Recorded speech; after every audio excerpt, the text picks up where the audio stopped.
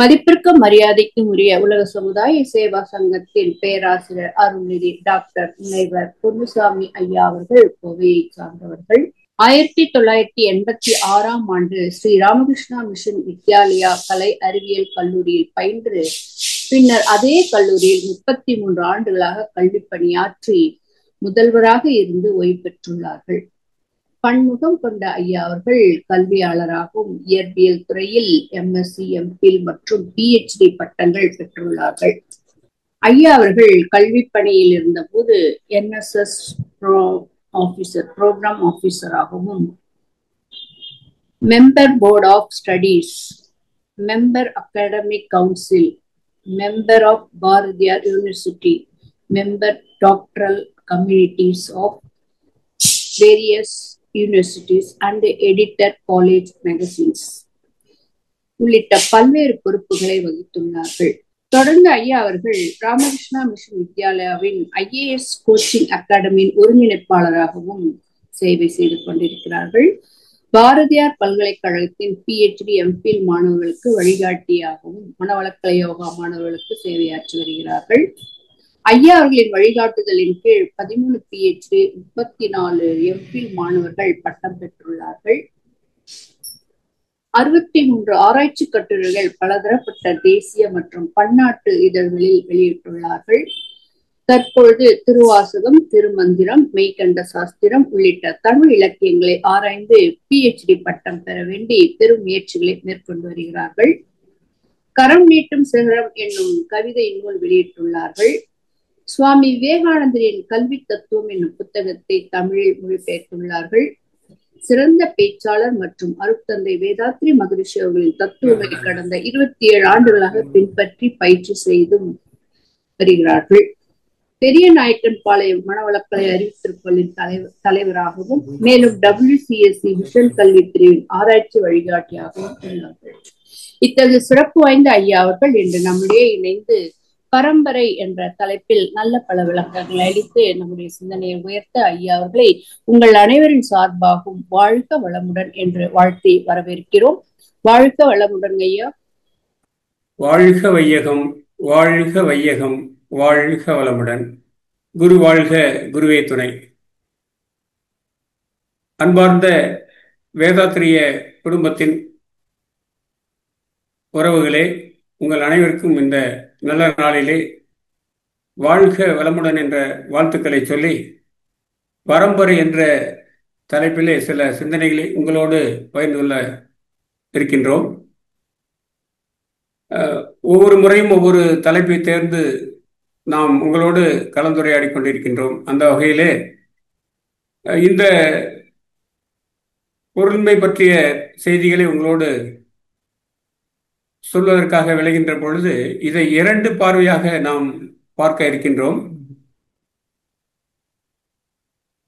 பரம்பரை என்பது சாதாரண அளவிலே நாம் பார்க்கின்ற பொழுது நாம் பிறப்பு சார்ந்த,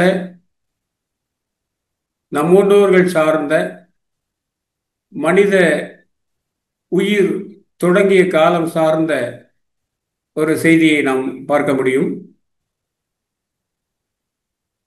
ஆனால் இன்னும் ஒரு சிந்தனையை வைத்து பார்க்கின்ற போது பரம் என்பது சிவம், பறை என்பது சக்தி, பரம்பரை என்பது சிவசக்தி என்ற அளவிலே இன்னொரு கருத்தும் இருக்கின்றது. முதலில் சாதாரணமாக நாம் எடுத்துக்கொண்டிருக்கின்ற நமது பரம்பரை பற்றிய கண்ணோட்டத்தை முதலாக பார்த்து விடுவோம். மனிதனின் வாழ்க்கை என்பது பிறப்பு தொடங்கி இறப்பு இறுதியாக இருக்கின்ற காலம் வரை வாழ்கின்ற வாழ்க்கை, இந்த பூமியில் நாம் சுவாசிக்கின்ற காலத்தில் நாம் வாழ்கின்ற வாழ்க்கை தான் நமது வாழ்க்கையாக அறியப்பட்டிருக்கிறது. இந்த வாழ்க்கை என்ற சொல்லை உருவாக்கிய தமிழ் மொழி பிறப்பு இறப்பு என்ற 2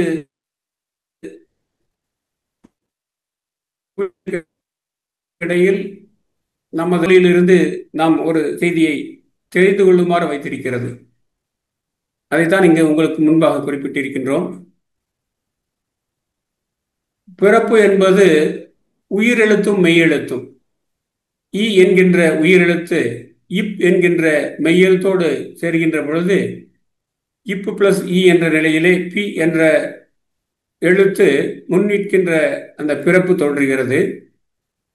இறப்பு நமக்கு ஏற்படுகின்ற பொழுது அந்த உயிர் மெய்யாக இருந்த உடம்பும் உயிரும் இணைப்பு இலிருந்து உடம்பு நீங்கிவிட ஈ என்ற இந்த ஆன்மா ஆகிய உயிரெழுத்து மட்டும் இருக்கிறது, தொடர்ந்து இருந்து கொண்டிருக்கிறது. இதை ஆன்மாவிற்கு அழிவில்லை என்று கூட சொல்வார்கள்.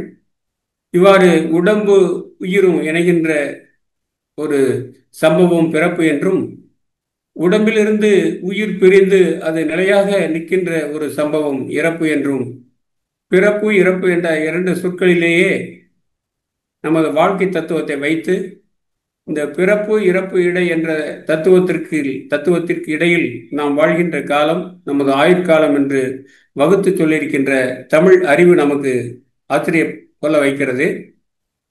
இப்போது நாம் நமது பரம்பரை என்ற தலைப்புக்கு வந்து வருகின்றோம். சராசரியாக இந்த பூமியில் நாம் வாழ்கின்ற காலம் 80 ஆண்டுகள் என்று வைத்துக் கொண்டால், நாம் இன்று முதல் தலைமுறை என்று வைத்துக் கொள்வோம்.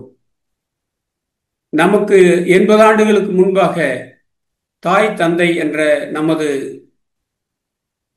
பெற்றோர்கள் இருக்கிறார்கள். அவர்களுக்கு அந்த நிலையை சொல்கின்ற வகையிலே 80 வருகிறது, 80 ஆண்டுகள். இன்னும் 80 ஆண்டுகள் சென்றால் நாம் பாட்டன் பாட்டி என்ற நிலையை பெறுவோம். இன்னும் 80 ஆண்டுகள் சென்றால் பூட்டன் பூட்டி என்ற நிலையை நாம் பெறுவோம். இன்னும் 80 ஆண்டுகள் சென்றால் 320 ஆண்டுகள் வருகின்ற போது ஓட்டன் ஓட்டி என்று சொல்கிறார்கள். 5வது தலைமுறை என்ற நிலையிலே சேயோன் சேயோன் என்று சொல்கிறார்கள். 480 வரை வருகின்ற நமது ஆயுட்காலம், அதாவது நாம் வாழ்ந்த காலத்தின் எல்லை என்பது 480 தொடுகின்ற பொழுது அதை பரம்பரை என்று சொல்லி பரம்பரையாக வருகிறது. இவ்வாறுதான் நமது 7 தலைமுறை என்று சொல்கின்ற அடிப்படை நமக்கு வருகிறது. நாம் நம்மை பெற்ற தாய் தந்தை, அவர்களின் பெற்றோர்களாகிய பாட்டன் பாட்டி, அவர்களின் பெற்றோர்களாகிய பூட்டன் பூட்டி, அவர்களின் பெற்றோராகிய ஓட்டன் ஓட்டி, அவர்களின் பெற்றோர்களாகிய சேயோன் சேயோல், இறுதியாக பரன் பிளஸ் பறை, அந்த 480 ஆண்டுகள் பூர்த்தி செய்த அந்த பரம்பரை தான் இன்று நமக்கு ஒரு பரம்பரை என்ற ஒரு தலைமுறை ஒரு பரம்பரை என்ற நிலையை பெறுகிறது. இவ்வாறு ஏழேல் ஜென்மம் என்று சொல்வார்கள். ஏழ் என்று சொல்வது 7 + 7 2 ஜென்மங்கள். 2 ஜென்மங்கள் என்று சொல்கின்ற போது 2 தலைமுறை அல்லது 2 பரம்பரை என்று சொல்கின்ற பொழுது 480 + 480 960 ஆண்டுகள் வருகின்றது. 960ஐ நாம் முழு எண்ணாக மாற்றுகின்ற பொழுது 1000 என்ற எண் வருகிறது. இதுதான் 1000 ஜென்மங்கள் என்று நாம் சொல்கின்றோம், 1000 ஆண்டுகளை. இது எவ்வாறு என்று சொன்னால், இந்த பைனரியில் ஒரு நம்பர் சொல்லுவாங்க, 2 × 2 2^8 என்று சொல்வார்கள். 2^8 என்பது 2 மேல் 2ஐ 8 முறை பெருக்கின்ற பொழுது நமக்கு 1024 என்ற எண் வருகிறது. அதை 1 கிலோபைட் என்று சொல்வார்கள். 1 KB = 1000 பிட் என்று சொல்வார்கள். ஆனால் உண்மையிலேயே அதில் இருக்கின்றது 1024 பிட்டுகள். ஒரு பிட்டு 7 பிட்டுகள் சேர்ந்தால் ஒரு பைட் என்று சொல்வார்கள் கம்ப்யூட்டர் விஞ்ஞானத்திலே. அதுபோல 1024ஐ நாம் எவ்வாறு 1000 என்று வைத்துக் கொண்டிருக்கிறோமோ, அதுபோல 2 7 ஜென்மங்கள் என்று சொல்கின்ற 2 பரம்பரை ஆக வருகின்ற 960 ஆண்டுகளை 1000 ஜென்மங்கள் என்று வைத்துக் கொண்டிருக்கிறோம். இது நாம் கணக்கியல் அடிப்படையிலே நாம் சொல்கின்ற பரம்பரை, சாதாரண பரம்பரை. அடுத்தபடியாக உண்மையான பரம்பரை என்று சொல்லப்படுகின்ற தத்துவார்த்த சிந்தனைகளான பரம்பரை பற்றிய செய்திகளை நாம் இப்போது பார்க்க இருக்கின்றோம். அதற்கு முன்பாக இந்த உலகம் என்பது என்ன என்று தொல்காப்பியம், நமக்கு முதலிலே கிடைத்த தமிழ் முதுநூலாகிய தொல்காப்பியம் சொல்கின்றது என்றால், நிலம், தீ, நீர், வளி, விசும்போடு 5ம் கலந்த மயக்கம் உலகம் ஆதலின், இருதினை உயர்தினை அஃறிணை, 5பால் இயல் நெறி வலாமை திரிவு இல் சொல்லொடு தலால் வேண்டும். 1579வது நூற்பா, தொல்காப்பியத்தோட நூற்பா. நிலம், தீ, நீர், வலி, விசும்போடு, இது அந்த ஆர்டர்ல இருக்காது பாத்தீங்கன்னா. ஆனா அந்த சூத்திரம் இப்படித்தான் தொடங்குதுங்க. நிலம், தீ, நீர், வலி, விசும்போடு ஐந்தும் பஞ்சபூதங்கள் கலந்த மயக்கம் உலகம். இது மட்டும் நம்ம எடுத்துக்குவோம். இதுல ரெண்டு சொற்கள் பயன்படுத்தப்பட்டிருக்கின்றன. ஒன்று கலப்பு, இன்னொன்று மயக்கம். கலப்பு என்பதற்கு உதாரணமாக என்ன சொல்வார்கள் என்றால், மண் மண்ணாக பார்க்கப்பட வேண்டும், நீர் நீராக பார்க்கப்பட வேண்டும், காற்று, நெருப்பு, விண் என்று சொல்லப்படுகின்ற ஆகாயம் ஐந்தும் தனித்தனியாக பார்க்கின்ற அந்த கலப்பை உலகத்தை தான் நாம் கலப்பு என்று சொல்கிறோம். உதாரணத்துக்கு சொன்னீங்கன்னு சொன்னா, நம்ம சாப்பிடக்கூடிய தட்டில் சில நேரங்களில் நமக்கு பூந்தி தருவாங்க. பூந்தின்னு சொன்னா மிக்சர்னு வச்சுங்களேன். அந்த மிக்சர்ல பார்த்தீங்கன்னா மிக்சர் இருக்கும், அதுக்குள்ள பொட்டுக்கடலை இருக்கும், அதுக்குள்ள அந்த உருண்டையா இருக்கக்கூடிய பூந்தி இருக்கும், அது சில தானியங்கள்லாம் கூட கலந்து வைப்பாங்க. அது மாதிரி தனித்தனியாக பார்த்த உடனே இது என்ன இது என்ன இது என்னன்னு நம்ம பார்க்கறது கலப்பு. அது மாதிரி தான் இந்த உலகத்துல நிலம், நீர், தீகாற்று, வெளி என்ற ஐந்தையும் தனித்தனியாக பார்க்கின்ற அந்த பார்வை, பார்த்த பின்பாக அதை ஒட்டுமொத்தமாக நோக்குகின்ற பொழுது அதை கலப்பு என்று சொல்கின்றோம். ஆனால் இதையே ஒரு காஃபி என்று வைத்துக் கொள்வோம். நாம் குடிக்கின்ற காஃபி, அதிலே பால் இருக்கிறது, காஃபி தூள் இருக்கிறது, பசும்பால் இருக்கிறது. பால், தூள் மற்றும் சர்க்கரை ஆகிய இந்த மூன்று கலந்து உருவாகின்ற ஒரு குடிக்கின்ற அந்த காஃபியிலே இந்த மூன்றின் அடையாளத்தை நாம் தேடி பார்த்தால் தனித்தனியாக அதை பார்க்க முடியாது. நிலம், நீர், தீகாற்று, வெளி என்ற ஐந்தையும் பார்த்தது போல காஃபியிலே நீரையோ பாலையோ பாலிலே சேர்க்கப்பட்டிருக்கின்ற காஃபி துகளையோ அல்லது சர்க்கரையோ நாம் தனியாக பார்க்க முடியாது. இதை கலப்பு என்று சொல்கின்றோம். இந்த கலப்பு தான் நமது உடம்பாக வெளிவந்திருக்கிறது. நமது உடம்பிலே நிலம் இருக்கிறது, நீர் இருக்கிறது, காற்று இருக்கிறது. ஐந்து பஞ்சபூதங்களும் சேர்ந்த ஒரு கூட்டு இயக்கமாகத்தான் மகரிஷி சொன்னது போல நாம் இயங்கிக் கொண்டிருக்கின்றோம். எனவே இது மயக்க நிலையிலே நாம் தோன்றிய நமது உடம்பாக அறியப்படுகிறது. இவ்வாறு தோன்றுகின்ற உலகிலே நமது வாழ்க்கை தத்துவம் என்பதை, பரம்பரை என்பதை, நாம் எவ்வாறு வந்தோம் என்பதை மகரிஷி சொல்கின்ற அந்த நான் யார் என்ற தத்துவ அடிப்படையிலே நாம் யார் என்று நமது பரம்பரையை நோக்கின்ற நோக்கம்தான் இந்த செய்தியாக நமக்கு வர இருக்கிறது. இதில் பரம் என்பது ஏற்கனவே உங்களுக்கு குறிப்பிட்டேன். பரம்பரையை கால அளவிலே நாம் நோக்கின்ற பொழுது எவ்வாறு பார்க்க முடிகிறது என்று சொன்ன அளவிலே, இப்போது தத்துவார்த்தமாக இந்த பரம்பரையை நாம் எவ்வாறு பார்க்கிறோம் என்று சொன்னால், பரம் என்பது சிவம், அதை நாதம் என்றும் சொல்வார்கள். பறை என்பது சக்தி, அதை விந்து என்றும் சொல்வார்கள். நாத, விந்து, கலாநிதி என்று சொல்வார்கள். அதுபோல எனவே இந்த பரம்பரை என்பது சிவ சக்தியை குறிக்கிறது.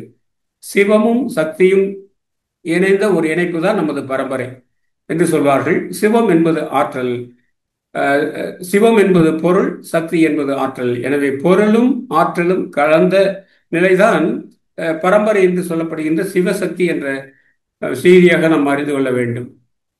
ஆற்றல் பொருளாகும், பொருள் ஆற்றலாகும் என்பது நமக்கு தெரியும். அதை சொல்கின்ற பாடம்தான் விஞ்ஞானம் என்பது. E=mc².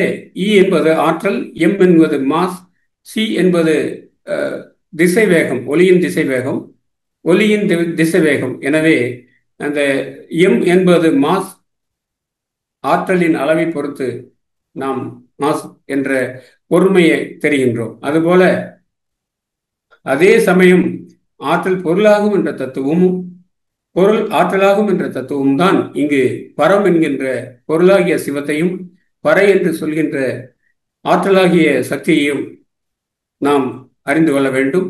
இந்த பரம் பறை இரண்டும் தோன்றிய காலத்திலே தான் நாம் சிவசக்தியாக அறியப்பட்டு இந்த பிரபஞ்சமாக வெளிப்பட்டு வந்திருக்கிறோம் என்பதைத்தான் தத்துவார்த்தமாக நாம் தெரிந்து கொள்ள வேண்டியிருக்கிறது. இதை தத்துவார்த்த அடிப்படையில் நாம் பார்க்கின்ற பொழுது சிவ தத்துவங்கள் 5 என்று சொல்வார்கள். நமக்கு தருகின்ற இரண்டாவது தத்துவங்கள் தொகுப்பு வித்யா தத்துவம் என்று சொல்வார்கள், நமது ஆன்ம தத்துவம் என்று சொல்வார்கள். இதில் இந்த ஆன்ம தத்துவத்தை மகரிஷி அவர்கள் அற்புதமாக விளக்கி இருக்கிறார்கள். அதை நாம் இப்போது பார்க்க இருக்கின்றோம். அதுக்கு முன்பாக இந்த சிவ வித்யா தத்துவங்களை நாம் தெரிந்த பின்பாக ஆன்ம தத்துவத்திற்கு வருவோம். சிவம் சக்தி, சிவசக்தி, ஈஸ்வரம், பரமேஸ்வரம் என்று சொல்வார்கள். இதில் சிவம் என்பது பொருள், சக்தி என்பது ஆற்றல். சிவசக்தி என்பது ஆற்றலும் பொருளும் இணைந்து இருக்கின்ற சம அளவிலே இருக்கின்ற ஒரு நிலை. இந்த ஈஸ்வரம் என்ற நிலையிலே சிவசக்தி என்று சொல்லுகின்ற அந்த ஆற்றல் பொருள் கலந்த நிலை இயக்கம் பெறுகின்ற பொழுது அதிகமான கிரிய நிலையிலே கிரியா சக்தி என்று சொல்வார்கள். சிவசக்தியிலே சிவம் சக்தி என்று சொல்லப்படுகின்ற நாதம் விந்து ஆகிய இரண்டும் சம அளவிலே கலந்திருக்கும். ஆனால் ஈஸ்வரம் என்ற நிலையை நாம் பெறுகின்ற பொழுது அந்த சுத்த மாயை என்று சொல்லப்படுகின்ற நிலை இந்த 5 பரிமாணங்களாக வருகின்ற பொழுது கிரியை அதிகமாக இருக்கின்ற பொழுது அது ஈஸ்வரமாக மாறுகிறது. ஈஸ்வரம் என்ற நிலையை அடைந்த பின்பாக ஈஸ்வரத்தில் ஞானம் மிகின்ற பொழுது பரமேஸ்வரமாக வருகிறது. எனவே சிவம் என்பது 0, சக்தி என்பது 1, அல்லது சிவம் என்பது 0 1, சக்தி என்பது 0 என்று வைத்துக்கொண்டால் 0 1 என்ற இந்த இரண்டையும் இணைக்கின்ற 0 1 என்ற பைனரி குறியீடு தான் சிவசக்தியாக இருக்கிறது. அந்த சிவசக்தியின் கிரியை உயர்ந்துள்ள நிலை ஈஸ்வரம் எனப்படுகிறது. அந்த ஈஸ்வரத்தில் ஞானம் அதிகம் பெறுகின்ற பொழுது பரமேஸ்வரம் என்று வருகிறது. இந்த 5ம் கலந்த பகுதிதான் சிவ தத்துவங்களாக நமக்கு சொல்லப்பட்டிருக்கிறது சித்தாந்தத்திலே. அடுத்தபடியாக வித்யா தத்துவங்கள். வித்யா தத்துவங்கள் என்றால் மனிதன் தோன்றிய பொழுது அவன் இந்த பூமியிலே வாழ்கின்ற காலத்தில் பெற வேண்டிய அறிவு பற்றிய செய்திகளாக இந்த வித்யா தத்துவங்கள் சொல்ல இருக்கின்றன. இப்போது நாம் மாயை என்ற மகரிஷி சொல்கின்ற சுத்த வெளியை நாம் சுத்தமாயை என்று வைத்துக் கொள்வோம். சுத்தமாயை என்பது சிவ தத்துவங்களை உள்ளடக்கியது. அதன் பின்பாக அதில் சில வளர்ச்சி ஏற்படுகின்ற பொழுது வித்யா தத்துவங்கள் என்று சொல்லக்கூடிய 2ஆம் நிலை வருகிறது. அதை அசுத்த மாயா தத்துவங்கள் என்று சொல்வார்கள், அல்லது அசுத்த மாயா என்று சொல்வார்கள். அதிலே 7 கூறுகள் இருப்பதாக சித்தாந்தம் நமக்கு சொல்கிறது. காலம், நியதி, கலை, வித்தை, அராகம், புருடன், மாயை என்று சொல்வார்கள். இதில் காலம் என்பது நான் முன்னே குறிப்பிட்டது போல பிறப்பு இறப்பு என்று ஒரு ஆன்மா உடம்போடு இணைந்து காலத்தில் வாழ்கின்ற அந்த வாழும் கால அளவு காலம் என்று சொல்லப்படுகிறது. இந்த காலகட்டத்திலே அந்த ஆன்மா உயிரோடு பொருந்தி இருக்கின்ற காலத்திலே என்னென்ன பணிகளை செய்ய வேண்டும் என்று அதற்கு விதிக்கப்பட்டிருக்கிறதோ அதை நியதி என்ற தத்துவம் சொல்கிறது. அந்த காலத்திலே அவர்கள் செய்வதற்கான அந்த ஆற்றலை தந்து அவர்களை கிரியை நிலைக்கு கொண்டு வருகின்ற அந்த தத்துவம்தான் கலை எனப்படுகிறது. எனவே இந்த ஆற்றல் பெற்று இயக்க நிலைக்கு வந்த ஆன்மா உயிரோடு இணைந்து வாழுகின்ற காலத்திலே சில நீதிகளை பின்பற்றி வாழ்கின்ற பொழுது அதற்கு தேவையான அறிவை, நாலேஜ் என்று சொல்கிறோமே, அந்த அறிவை தருகின்ற தத்துவம் தான் வித்தை தத்துவம் என்று சொல்கிறோம். இதையெல்லாம் செய்வதற்கு ஒரு விருப்பம் ஏற்பட வேண்டும். அந்த விருப்பத்தைத்தான் நாம் அராகம் அல்லது விருப்பம் என்று சொல்கிறோம். எனவே காலம் என்பது வாழுகின்ற காலம், ஆயுள். நியதி என்பது காலத்திலே செய்ய வேண்டிய பணிகள். கலை என்பது இதற்காக ஆன்மாவை உடலோடு இணைத்து அந்த அந்த கிரியையை, அந்த துவக்கத்தை தருகின்ற ஒரு நிலை. இந்த காலத்தில் அந்த ஆன்மா உயிரோடு வாழ்கின்ற காலத்தில் பெற வேண்டிய அறிவு, பெற்றிருக்க வேண்டிய அறிவு, இந்த 4 அடிப்படையிலே வைத்து அது வாழ்கின்ற வாழ்க்கை எனப்படுகின்ற விருப்பம், இந்த 5ஐயும் சேர்த்து வருகின்ற நிலைக்குத்தான் பூருடன் அல்லது ஆன்மா என்று சொல்கின்ற நிலை. இந்த நிலை எவ்வாறு வருகிறது என்றால், மாயை என்ற மா என்பது ஒடுக்கம், யா என்பது தோற்றம் என்று சொல்வார்கள். மாயா என்பது தோற்ற ஒடுக்கத்தை குறிப்பிடுகிறது. எனவே இந்த தோற்றம் ஒடுக்கம் என்ற இரண்டும் எதிலிருந்து தோன்றுகிறது என்றால் மாயையிலிருந்து தோன்றுகிறது.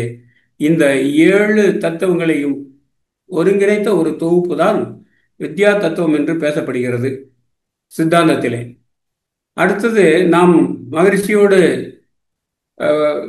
இணைந்து பார்க்கின்ற தத்துவங்கள் ஆன்ம தத்துவங்கள் என்ற நிலையிலே அவை ஞானேந்திரியங்கள் என்று சொல்லப்படுகின்ற 5, கர்மேந்திரியங்கள் என்று சொல்லப்படுகின்ற 5, பஞ்சபூதங்கள் என்று சொல்லப்படுகின்ற 5, பஞ்சதன் மாத்திரைகள் என்று சொல்லப்படுகின்ற 5, மொத்தம் 20. அதனோடு அந்த கரணங்கள் என்று சொல்லப்படுகின்ற மனம், சித்தம், புத்தி, அகங்காரம் ஆகிய 4ம் இணைத்து 24 தத்துவங்கள் நமக்கு வழங்கப்பட்டிருக்கின்றன. சித்தாந்தத்தை அறிந்து கொள்ள வேண்டிய இதில் ஞானேந்திரியங்கள் உங்களுக்கு தெரியும். மெய்வாய், கண்மூக்கு, செவி என்ற 5ம் ஞானேந்திரியங்கள். கை, கால், வாய், எருவாய், கருவாய் என்று சொல்லப்படுகின்ற கர்மேந்திரியங்கள், பணிகளை செய்கின்ற, காரியங்களை செய்கின்ற, கர்மங்களை செய்கின்ற, செயல் செய்கின்ற இந்திரியங்களாக விளங்குகின்றவை 5. நிலம், நீர், தீ, காற்று, ஆகாயம் என்ற பஞ்சபூதங்கள் 5.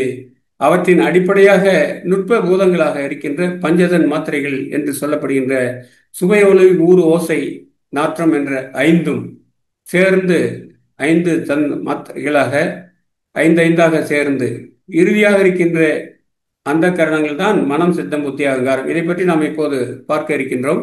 மொத்தம் 24 தத்துவங்கள். இதை சேர்த்தால் உங்களுக்கு 36 தத்துவங்கள் வரும். 25 கூட்டல் 4 20 + 4 + 7 + 5 என்ற நிலையிலே 36 தத்துவங்கள். இதைத்தான் நாம் 36 தத்துவங்களாக பார்க்கின்றோம். அடுத்து இந்த தாத்வீகங்கள் என்று சித்தாந்தம் பேசுகிறது. இந்த தாத்வீகங்கள் என்று அளவிலே இந்த உடல் உருவாவதற்கு, அதில் உயிர் வசிப்பதற்கு, உருவான உடலும் அதோடு இருந்து வாழ்கின்ற அந்த ஆன்மாவும் இணைந்து தனது வாழ்க்கை காலத்திலே செய்கின்ற பணிகளுக்கு உறுதுணையாக இருக்கின்ற அந்த உடலை பற்றிய செய்திகள் தான் தாத்வீகங்கள் என்ற அடிப்படையிலே வழங்கப்பட்டிருக்கின்றன. இதை நாம் முற்றிலும் உணர்ந்து கொள்ள வேண்டும் என்றால், இப்போது நான் உங்களோடு பேசிக் கொண்டிருக்கின்ற இந்த லேப்டாப் என்று சொல்கின்ற மடிகணினியை வைத்துக் கொள்வோம். அதை எத்தனை பொருட்களை வைத்து அதை செய்திருக்கிறார்கள் என்பதை நாம் யோசித்து பார்க்க வேண்டும். அதை மவுஸ் என்ற ஒரு அமைப்பு இருக்கிறது, ஸ்கிரீன் என்ற ஒரு அமைப்பு இருக்கிறது, கீபோர்டு என்ற ஒரு அமைப்பு இருக்கிறது. இதை இரண்டையும் இணைக்கின்ற, மவுஸையும் நமது லேப்டாப்பை இணைக்கின்ற ஒரு அந்த ஆற்றல் ஏற்பாடு இருக்கிறது. இதையெல்லாம் சேர்ந்துதான் அதை ஒரு லேப்டாப் அல்லது கணனி என்று சொல்கின்றோம். அதுபோலத்தான் இந்த உயிர் வாழ்வதற்கு உடலிலே தேவையான தொகுப்புகளை பேசுகின்ற ஒரு தத்துவமாக தாத்துவங்கள் இருக்கின்றன. ஏற்கனவே நாம் குறிப்பிட்டது போல நிலம், நீர், தீ, காற்று அந்த 5 கலந்த மயக்கம் தானே நமது உடம்பு.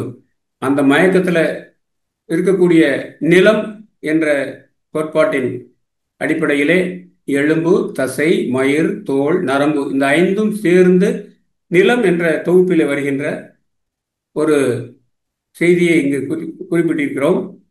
அதே போல உடம்பில் நீர் என்னவாக இருக்கிறது, எப்படியெல்லாம் அதோட பரிணாமம் இருக்கிறது என்று பார்த்தால், சிறுநீர், குருதி, சிலைத்துமம் என்று சொல்கின்ற சளி, உடம்பிலிருந்து வெளியாகின்ற வியர்வை, நமது உயிர் சக்தியாகிய ஆண்களுக்கு சுக்கிலம், பெண்களுக்கு சுரோனிதம் என்று சொல்வார்கள். இந்த 5ம் சேர்ந்த ஒரு தொகுப்பாக நீர் நமது உடம்பிலே பரிணமித்திருக்கிறது. அடுத்தபடியாக அத்தியங்களில் 3வது நிலையிலே வருகின்ற நெருப்பு இதயத்திலே இருக்கின்ற வெப்பம், இதயத்தை ஓடச் செய்வதற்கு பயன்படுகின்ற வெப்பம், நமக்கு பசி என்ற உணர்வை தருகின்ற பசித்தி, கண்ணில் இருக்கின்ற வெப்பம், உடலில் இருக்கின்ற இந்த நமது வெப்பநிலை, பைத்தியம் என்று சொல்கிறார்கள். பைத்தியம் என்பது உடல் முழுவதும் ஒரு வெப்ப ஆற்றல் பரவி இருப்பதாக சொல்கிறார்கள். இந்த 5ம் இணைந்த ஒரு தொகுப்பாக நெருப்பு நமது உடம்பிலே விளங்கிக் கொண்டிருக்கிறது. நமது அடுத்த நிலை காற்றிலே ஒரு 10 தத்துவங்கள், அதை தச வாயுக்கள் என்று சொல்வார்கள். பிராணன் உயிர், அபானன் கழிவுகளை வெளியாட்டுகின்ற காற்று, உதானன் உடம்பில் இருக்கின்ற ஆற்றலை மேல் எழுப்புவதற்காக உதானன், உடல் முழுவதும் வியாபித்திருக்கின்ற வியானன், உடலில் அனைத்து இயக்கங்களையும் சமப்படுத்துகின்ற சமானன், மூக்கிலே இருக்கின்ற அந்த மூக்கை இயக்குகின்ற காற்றாக நாகன், கண்ணிலே இருக்கின்ற கூர்மன், நாவிலே இருக்கின்ற கிருகரன், கண்ணின் இமைகளில் இருக்கின்ற தேவதத்தன், உடல் உயிர் என்ற இரண்டும் பிரிந்த பின்பாக உடலை வீங்க வைத்து உடலை வெடிக்கச் செய்கின்ற தனதியன் என்ற 10 வாயுக்கள், தசவாயுக்கள் உடம்பிலே இருக்கின்றன. இதில் காற்றின் தத்துவம் மிக அருமையாக புரிந்து கொள்ளப்பட வேண்டி இருக்கிறது. ஏனென்றால் நம்ம பார்த்தீங்கன்னு சொன்னால் ரெகுலராக பயன்படுத்துகிற ஜேசிபியில் ஜேசிபி வந்து என்ன பண்ணுது, தன்னோட கையை தூக்குது, ஒரு குழியை தோணுது, அந்த குழியிலிருந்து வரக்கூடிய மண்ணை எடுக்குது, அதை ஒரு வண்டியில் லோடு பண்ணுது. இது மாதிரி எல்லா காரியங்களும் ஒரே ஒரு அந்த கை தான் அவ்வளோ செய்யுது. ஆனால் அந்த கையை அத்தனை செயல்களுக்கும் அதற்கு தேவையான அளவில் அந்த இயக்கத்தை தரக்கூடிய பண்பு என்பது அந்த காற்று, அதில் இருந்து செயல்படுகின்ற காற்றில் தான் இருக்கிறது. அதுபோலத்தான் இந்த உடலிலே இருக்கின்ற தச வாயுக்களும் இணைந்து நமது உடம்பில் இருக்கின்ற அனைத்து இயக்கங்களையும் செய்து கொண்டிருக்கின்றன. இது காற்று தத்துவம். அடுத்தபடியாக ஆகாயம் என்ற தத்துவம், இது 10ஆக பரிணமித்திருக்கிறது. அதை அத்தி, அலம்புடை, இடகலை, பிங்கலை, சுழுமனை, காந்தாரி, குகு, சங்கினி, சிம்புவை, புருடன் என்று 10ஆக சொல்வார்கள். உண்மையிலே சொல்ல வேண்டுமென்றால் இது நாடிகள், தச நாடிகள் என்று சொல்வார்கள், அதை தச வாயுக்கள் என்று சொல்வார்கள். இந்த தச நாடிகளிலே 10ஐ நாம் தேர்வு செய்திருக்கிறோம். உண்மையிலே சொல்ல வேண்டுமென்றால் இந்த 72,000 நாடிகள் நமது உடம்பிலே இருப்பதாகவும், அதில் 500 நாடிகள் மிக முக்கியத்துவம் வாய்ந்தவை என்றும், அதில் இந்த 10 இங்கு குறிப்பிட்டிருக்கின்ற 10 நாடிகள் தச நாடிகளாக இருக்கின்ற 10ம் மிக முக்கியமானவை என்றும், அதிலும் குறிப்பாக இடகலை, பிங்கலை, சுழுமுனை என்ற 3ம் நமது தவத்தில் நமக்கு மிகுந்த உதவியாக இருந்து கொண்டிருக்கின்றன. இதை நாம் அறிந்து கொள்ள வேண்டும். இதில் இடகலை என்பது இடநாசியில் நுழைகின்ற காற்று வெளியேறுகின்றதை சொல்கின்றது. பிங்கலை என்பது சுவாசம் வளநாடியிலே வருகின்ற காற்று. எனவே ஒன்றை சூரிய நாடி என்றும் இன்னொன்றை சந்திர நாடி என்று சொல்வார்கள். இந்த சூரிய நாடி என்கின்ற வள காற்று, வள நாசியிலே நுழைகின்ற காற்று இட நாசி வழியாக வெளியேறுகின்ற அந்த செயல் என்பது ஒரு 30 நிமிடங்கள் நடந்து கொண்டிருக்கும் என்றும், அந்த நிலை மாறி இடது நாசி வழியாக வருகின்ற காற்று வலது நாசி வழியாக செல்கின்ற அந்த ஒரு ஏற்பாடு என்பது, அந்த ஒரு இயக்கம் என்பது அடுத்த 30 நிமிடங்களுக்கும் மொத்த 1 மணி நேரத்துக்கு, அரை மணி நேரத்துக்கு ஒரு முறை வந்து இந்த மாற்றம் நடந்து கொண்டே இருக்கும். இடகலை, பிங்கலை மாற்றம் நடந்து கொண்டே இருக்கும். இதை நாம் மூச்சு பயிற்சியின் வழியாக இந்த இடகலை, பிங்கலை என்ற இரண்டையும் சரியாக ஓடுகின்ற ஒரு நிலையை, அதாவது 30 நிமிடம் இடகலை சுவாசம், 30 நிமிடங்கள் பிங்கலை சுவாசம் என்றதை பக்குவப்படுத்தி அதை பேலன்ஸ் பண்றோம் இல்லைங்களா. இப்போ காரில் இருக்குன்னா வீல் பேலன்சிங் சொல்லுவாங்க. சில வெயிட் எல்லாம் ஆட் பண்ணி 4 சக்கரம் ஒரே மாதிரி ஓடுற ஒரு நிலையை தருகின்ற அந்த ஏற்பாடு இருக்கிறது இல்லையா, வீல் பேலன்சிங். அதுபோல இந்த சமநிலைப்படுத்துகின்ற முயற்சிக்கு இடகலை, பிங்கலை சுவாசத்தை நாம் அறிவு கூர்மையோடு கவனத்தோடு செய்கின்ற பொழுது, அந்த இயக்கம் சமப்படுகின்ற பொழுது சுழுமுனை என்ற நடுநாடி திறக்கின்றது. அந்த நடுநாடி என்ற நாடி வழியாகத்தான் நமது மூலாதாரத்தில் இருக்கின்ற ஆற்றல், குண்டலினி ஆற்றல் 6 சக்கரங்களில் வழியாக, அதாவது நமக்கு தெரியும் இல்லைங்களா, என்ன இருக்கு, கீழே மூலாதாரம், அடுத்தது சுவாதிஷ்டானம், அடுத்தது மணிப்பூரகம், தென் மேலே வந்தீங்கன்னு சொன்னால் அநாதகம், விசுக்தி, அதன் பின்பாக வருகின்ற அந்த மூன்றும் சந்திக்கின்ற அந்த நெற்றி, அதற்கு மேலாக உச்சி, இந்த இடங்களில் இருக்கின்ற சக்கராஸ் என்று சொல்லக்கூடிய சக்கரங்களின் வழியாக இடகளையும் பிங்களையும் சரியாக இயங்குகின்ற பொழுது சுழுமுனை என்ற நடுநாடி திறப்பு ஏற்பட்டு மூலாதாரத்தில் இருக்கின்ற ஆற்றல், குண்டலினி சக்தி ஆற்றல், இந்த 7 ஆதாரங்களின் வழியாக சகசிர நாமம் என்று சொல்லப்படுகின்ற 1000 தாமரை இதழ்கள் போன்று இருக்கின்ற அந்த உச்சியை வந்து அடைகின்ற அந்த தத்துவத்தை தான் இங்கு பேசியிருக்கிறார்கள். இது ஒரு 10 நாடிகள், தச நாடிகளிலே இந்த 3 நாடிகளை பிரதானமாக தத்துவமாகட்டும், விஞ்ஞானமாகட்டும், நமது வேதாத்திரிய சிந்தனையாகட்டும் மிக சிறப்பாக பேசியிருக்கிறது. அடுத்த 5 தன்மாத்திரைகள், இதை உங்களுக்கு மகரிஷி அவர்கள் சிறப்பாக சொல்லியிருக்கிறார்கள். சுவை, ஒளி, ஊறு, ஓசை, நாற்றம்.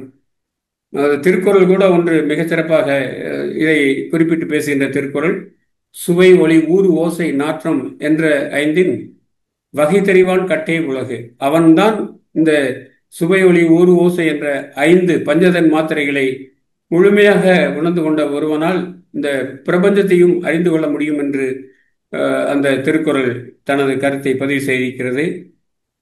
மகரிஷி 5ல் அளவு முறை சொல்கின்ற தத்துவம் எல்லாம் இந்த அடிப்படையில் நமக்கு புரிந்து கொள்ள முடிகிறது. இதை தாண்டி மொத்தம் 60ஐ நாம் குறிப்பிட்டு பேசுகின்றோம். தாத்வீகங்கள், தத்துவங்களிலே 32, தாத்வீகங்களில் 60 சொல்வார்கள். அதில் கர்மேந்திரியங்கள் என்று ஏற்கனவே வருகின்ற அந்த தத்துவங்களில், ஆன்ம தத்துவங்களில் வருகின்ற 5, அது மொழி பேசுகின்ற வாய், செயல் செய்கின்ற கை, நம்மை ஒரு இடத்திலிருந்து ஒரு இடத்துக்கு கொண்டு செல்கின்ற கால், நமது கழிவுகளை வெளியேற்றுகின்ற எருவாய், அடுத்த தலைமையை உருவாக்குகின்ற கருவாய், இந்த 5ம் இணைந்து கர்மேந்திரியங்கள். இதை செயல்படுத்துவதற்காக 3 அகங்காரங்கள் என்று சொல்வார்கள். தைசதம், வைகாரி, பூதாதி என்ற 3 அகங்காரங்கள் இருக்கின்றன. அதை தாண்டி மகரிஷி சொல்வார்களே, மனிதன் மைனஸ் கலங்கம் ஈக்குவல் டு இறைவன், இறைவன் பிளஸ் கலங்கம் ஈக்குவல் டு மனிதன் என்று சொல்வார்களே, அதுபோல இந்த குற்றங்கள் காமம், குரோதம், லோபம், மதம், மாச்சரியம் என்று சொல்லக்கூடிய 5ம் குணங்களாக இருக்கின்ற சாத்வீகம், அறிவு தருகின்ற சாத்வீகம், காரியங்கள் செய்கின்ற தூண்டுகின்ற ஆணவ சக்தி தூண்டுகின்ற ராட்சதம், எதையும் மந்தமாக வைத்திருக்கின்ற தாமதம் ஆகிய 3 குணங்கள். இறுதியாக சூக்குமம், பைசைந்தி, மத்திமை, வைகாரி என்று வாக்குகள், நாம் பேசுகின்ற ஒளி உச்சரிப்பு, நாம் அந்த அந்த அந்த ஆற்றல் நின்று செயல்படுகின்ற இடங்கள் 4 ஆக மொத்தம் இந்த 60ம் தாத்துவங்கள் என்ற அடிப்படையில் வருகிறது. தத்துவங்கள் 24, தாத்துவங்கள் 36, தாத்துவங்கள் 60, மொத்தம் 96 தத்துவங்களை தெரிந்து கொண்டால் இந்த உலகத்தை நாம் முழுமையாக புரிந்து கொள்ள முடியும் என்று நிலை இருக்கிறது. இதை சிவஞான போதத்தின் அடிப்படையிலே இந்த பிரபஞ்சத்தை உணர்ந்து கொள்ள வேண்டும் என்றால் அதை அவன், அவள், அது எனும் அவை வினைமையின் தோற்றிய திதியே ஒடுங்கி மலத்து உளதாம் அந்தம் ஆதி என்மனார் புலவர் என்று முதல் சூத்திரம் சொல்கிறது. இறை ஞானத்தை தருகின்ற செவிஞான போதத்திலே அவன் என்பது மனிதருக்கு மட்டுமல்லாது உலகில் தோன்றிய புல்லாகி பூடாகி என்று சொல்லக்கூடிய பரிணாம அடிப்படையிலே வந்திருக்கின்ற அனைத்து ஆண் என்ற நிலையிலே வருகின்ற அனைத்தையும் குறிப்பிடுகின்றது. அவள் என்பது பெண்பாலை குறிக்கின்ற சொல், அது என்பது பிரபஞ்சம். அவன், அவள், அது என்பது ஆண்பால், பெண்பால், இந்த பிரபஞ்சம். இந்த 3 வினைக்கு உட்பட்டு நிற்கிறது. என்ன 3 வினைகள் என்றால் பிறத்தல், இறத்தல், இந்த பிறப்புக்கும் இறப்புக்கும் இடையில் வாழ்த்தல். அதைத்தான் 3 வினை என்று சொல்கிறார். பிறப்பு, இறப்பு, வாழ்க்கை. அதாவது தோற்றம், ஒடுக்கம், இருப்பு. தோற்றிய என்பது தோன்றுதல், திதி என்பது இருத்தல், ஒடுக்கம் என்பது மறைதல். இந்த 3 செயல்களையும் அவன், அவள், அது என்ற ஆண்பால், பெண்பால், பிரபஞ்சம் 3மே தோன்றி தோன்றி ஒடுங்குகின்ற அந்த செயல் நடந்து கொண்டிருக்கிறது. ஏன் இது நடைபெறுகிறது என்றால், நான் முன்பே குறிப்பிட்டது போல ஆணவ மலம் என்ற ஒரு மலம் நம்ம இடையே இருந்து கொண்டிருக்கிறது. அதை நீக்குவதற்காக மனிதன் மைனஸ் கலங்கம், அந்த கலங்கம் இல்லாமல் செய்வதற்காக இந்த தோற்றிய திதியே ஒடுங்கி என்ற அந்த செயல் தொடர்ந்து நடந்து கொண்டிருப்பதாக சொல்கிறார்கள். இதற்கு அடிப்படையாக இருப்பது ஆந்தம் ஆதி என்று சொல்லப்படக்கூடிய இறைநிலை என்று புலவர்கள், கற்றறிந்த அறிவர்கள் சொல்வார்கள் என்று இந்த மெய்கண்ட சாத்திரங்களில் வருகின்ற சிவஞான போதத்தின் முதல் சூத்திரம் சொல்கிறது. இரண்டாவது என்ன, நாம் இந்த ஆணவம், கண்மம், மாயை என்ற மூன்று தத்துவங்களை, மூன்று கலங்கங்களை பார்க்கின்ற பொழுது இந்த பாடல் நமக்கு, இந்த நூற்பா நமக்கு, இந்த சூத்திரம் நமக்கு நினைவுக்கு வருகிறது. அவையே தானேயாய் இருவினையின், இந்த இருவினை என்பதுதான் நல்வினை தீவினை. இந்த பாசம் என்கின்ற வினைதான் அந்த இருவினைக்கு காரணமாக இருந்து நாம் செய்கின்ற நல்ல வினை, நல்ல செயல்கள், தீய செயல்கள் இரண்டும் இரண்டு வினைகளாக புரிந்து கொள்ளப்பட்டிருக்கிறது. நல்லது செய்தாலும் தீயது செய்தாலும் அது பதிவாக நமது உள்ளத்திலே இருந்து, கருமையத்திலே இருந்து நமது வாழ்க்கையை, நமது தலைமுறையை, நமது பரம்பரையை தொடர்ந்து அந்த கழிவு நீக்கம், அதாவது கலங்க நீக்கத்தின் திசையிலே கொண்டு செலுத்தி கொண்டே இருக்கும். எனவே இங்கு இறைவன் அவையே ஆக இருக்கின்றான், தான் தனியனாக இருக்கின்றான், அதோடு இணைந்தும் இருக்கின்றான். ஒன்றாக, தனியாக, உடனாக என்று தத்துவத்தில் சொல்வார்கள். அதுபோல இங்கு அவையே ஆய், தானே ஆய், அவையே தானே ஆய் என்று நாம் இதை விரித்து பார்க்க வேண்டும். அவையே என்பது பொருள்களாக, உலக தோற்றங்களாக இருக்கின்ற நிலையை இறைவன் பெறுகிறான் என்பதும், இந்த தோற்றங்களோடு கலந்து கொள்ளாமல் தான் தனியே நிற்கிறான் என்பதும், அந்த தோற்றங்களோடு உடனாக இருந்து செய்கின்ற செயல்களில் கலந்து இருக்கிறான் என்பதும் ஆகின்ற மூன்று செயல்களையும் அவையே தானேயாய், எதற்குன்னு சொன்னால் நல்வினை தீவினை செய்கின்ற உயிர்களுக்கு அது செய்கின்ற வினையின் அடிப்படையிலே அதற்கான பயனை, செயல் விளைவு தத்துவம், அவர்கள் சொல்கின்ற செயல் விளைவு தத்துவத்தை, காஸ் அண்ட் எஃபெக்ட் தருவதற்காக இறைவன் ஒன்றாக, தனியாக, உடனாக இருந்து காரியங்கள் செய்கின்றான். போக்கு வரவு புரிய இந்த செயல் எவ்வளவு காலம் நடக்கும்னு சொன்னா தொடர்ந்து தொடர்ந்து தொடர்ந்து நடந்து கொண்டே இருக்கும். அது தான் போக்கு என்பது மறைவையும், வரவு என்பது பிறப்பையும், இது இறை ஆணையின் தொடர்ந்து செயல்படுகின்ற ஒரு நிலையைத்தான் இந்த நூற்பா நமக்கு தெளிவாக சொல்கின்றது. இறைவன் ஒன்றாய், வேறாய், உடனாய் இருந்து இருவினை உயிர்கள் ஆன்மா உடலோடு இணைந்து செய்கின்ற வினைக்கு ஏற்ற பயனை தந்து, அவை தோன்றுவதற்கும் மறைவதற்கும் உரிய ஆணையை வழங்கி தொடர்ந்து இந்த செயல் நடந்து கொண்டே இருக்கும். எப்போது ஆணவ மலம் முழுமையாக உயிரிலிருந்து நீங்குகிறதோ அதுவரை இந்த செயல் தொடரும் என்பதைத்தான் இந்த நூற்பா நமக்கு தெரிவிக்கிறது. அடுத்தது உயிர் என்ற, இப்போதைக்கு பதி, பசு, பாசம் என்ற மூன்று நிலைகளிலே பதியை பற்றி, இறைவனை பற்றி பார்த்தோம். பாசத்தம் என்ற கலங்கத்தை பற்றி பார்த்தோம். இங்கு உயிர் உடலில் எவ்வாறு இருக்கிறது என்பதை பற்றி ஒரு நுட்பா அதே சிவஞான போதத்திலே வருகிறது. உளது அப்படின்னு சொன்னா உடம்புல உயிர் இருக்கு. ஏன்னா ஒன்று இல்லாம போச்சுன்னா தான் உடம்பு இயக்கமெல்லாம் போகுது. ஏன்னா அகர முதல எழுத்தெல்லாம் ஆதி பகவன் முதற்றே உலகு என்று சொல்வார்கள். எழுத்துக்கள் எல்லாம் எவ்வாறு அகரத்தை முதல் எழுத்தாக கொண்டிருக்கிறதோ அதுபோல இந்த பிரபஞ்ச இயக்கத்திற்கு ஒரு ஆற்றல் இருக்க வேண்டும், அதை அறிந்து கொள்ள வேண்டும். அந்த பிரபஞ்ச ஆற்றல் ஒன்றுதான் இறை என்ற ஒன்றாக நமக்கு சொல்லப்பட்டிருக்கிறது. எனவே உளது என்றலின் ஆன்மா உளது, இளது என்றலின் ஆன்மா உளது.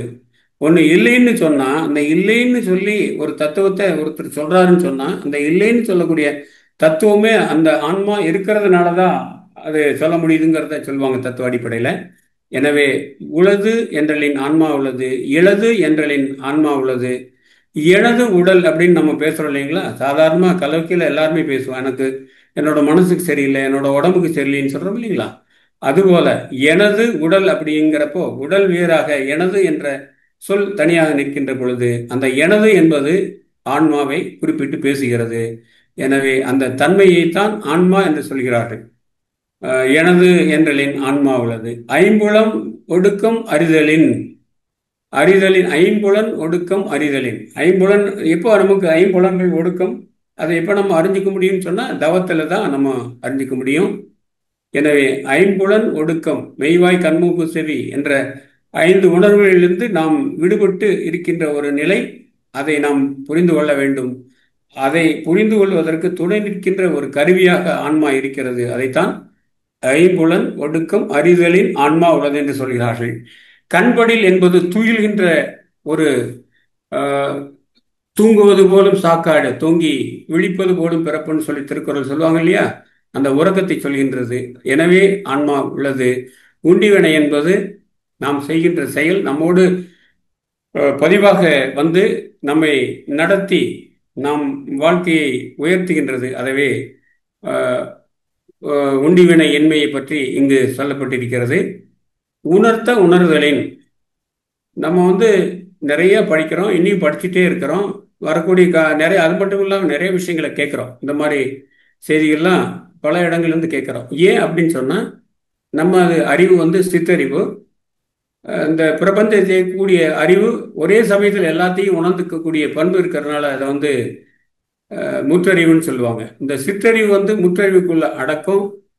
எனவே சிற்றறிவுக்கு ஏதாவது சொல்லி கொடுத்தா தான் நமக்கு தெரியும். இப்போ பார்த்தீங்கன்னு சொன்னால், தமிழ் கற்றுருக்கோம், அதனால் நமக்கு தமிழ் நூல்களை படிக்கக்கூடிய அறிவு இருக்கிறது. ஆங்கிலம் கற்றவர்களுக்கு ஆங்கிலம் தெரிகிறது.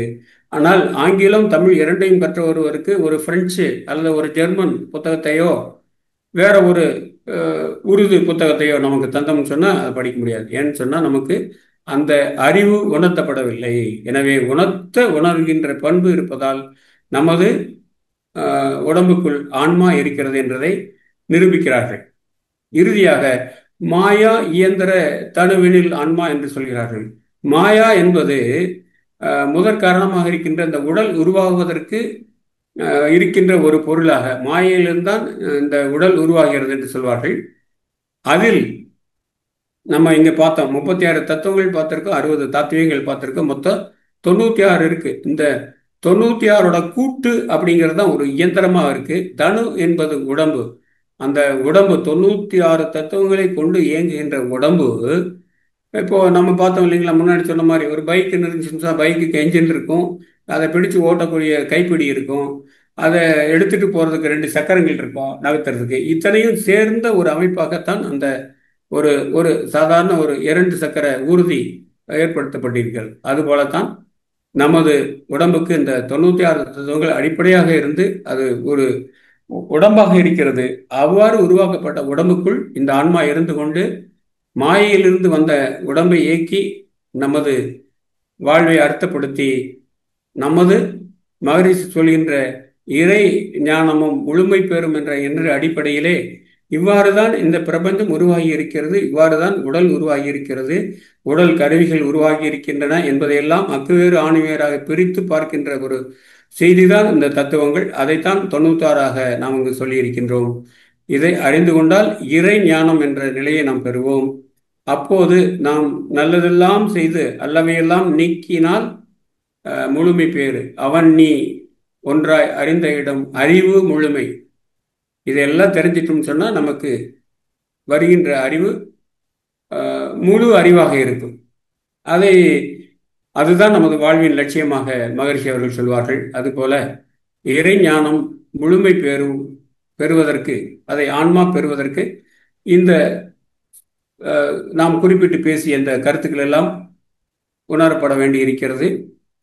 இதை மகரிஷி அவர்கள் ஞான களஞ்சியத்திலே 1064வது பாடலாக சொல்லியிருக்கிறார்கள். உலகம், அண்டங்கள், உயிரினங்கள், பொருள்கள் பலதும் அணுவின் கூட்டு பக்குவம் பரிணாமம் பகுத்தறிந்தால் ஒன்றி ஒன்றி பார்ப்பவனே ஒளிமுதலாம் பஞ்ச தத்துவமும் இறுக்கமும் பரம் அணு இவையாவான் என்று அற்புதமாக இந்த நாம் இவ்வளவு நேரம் பேசிய அனைத்தும் மகரிஷி அவர்கள் இந்த ஒரு பாடலிலே தெளிவாக சொல்லப்பட்டிருக்கிறது.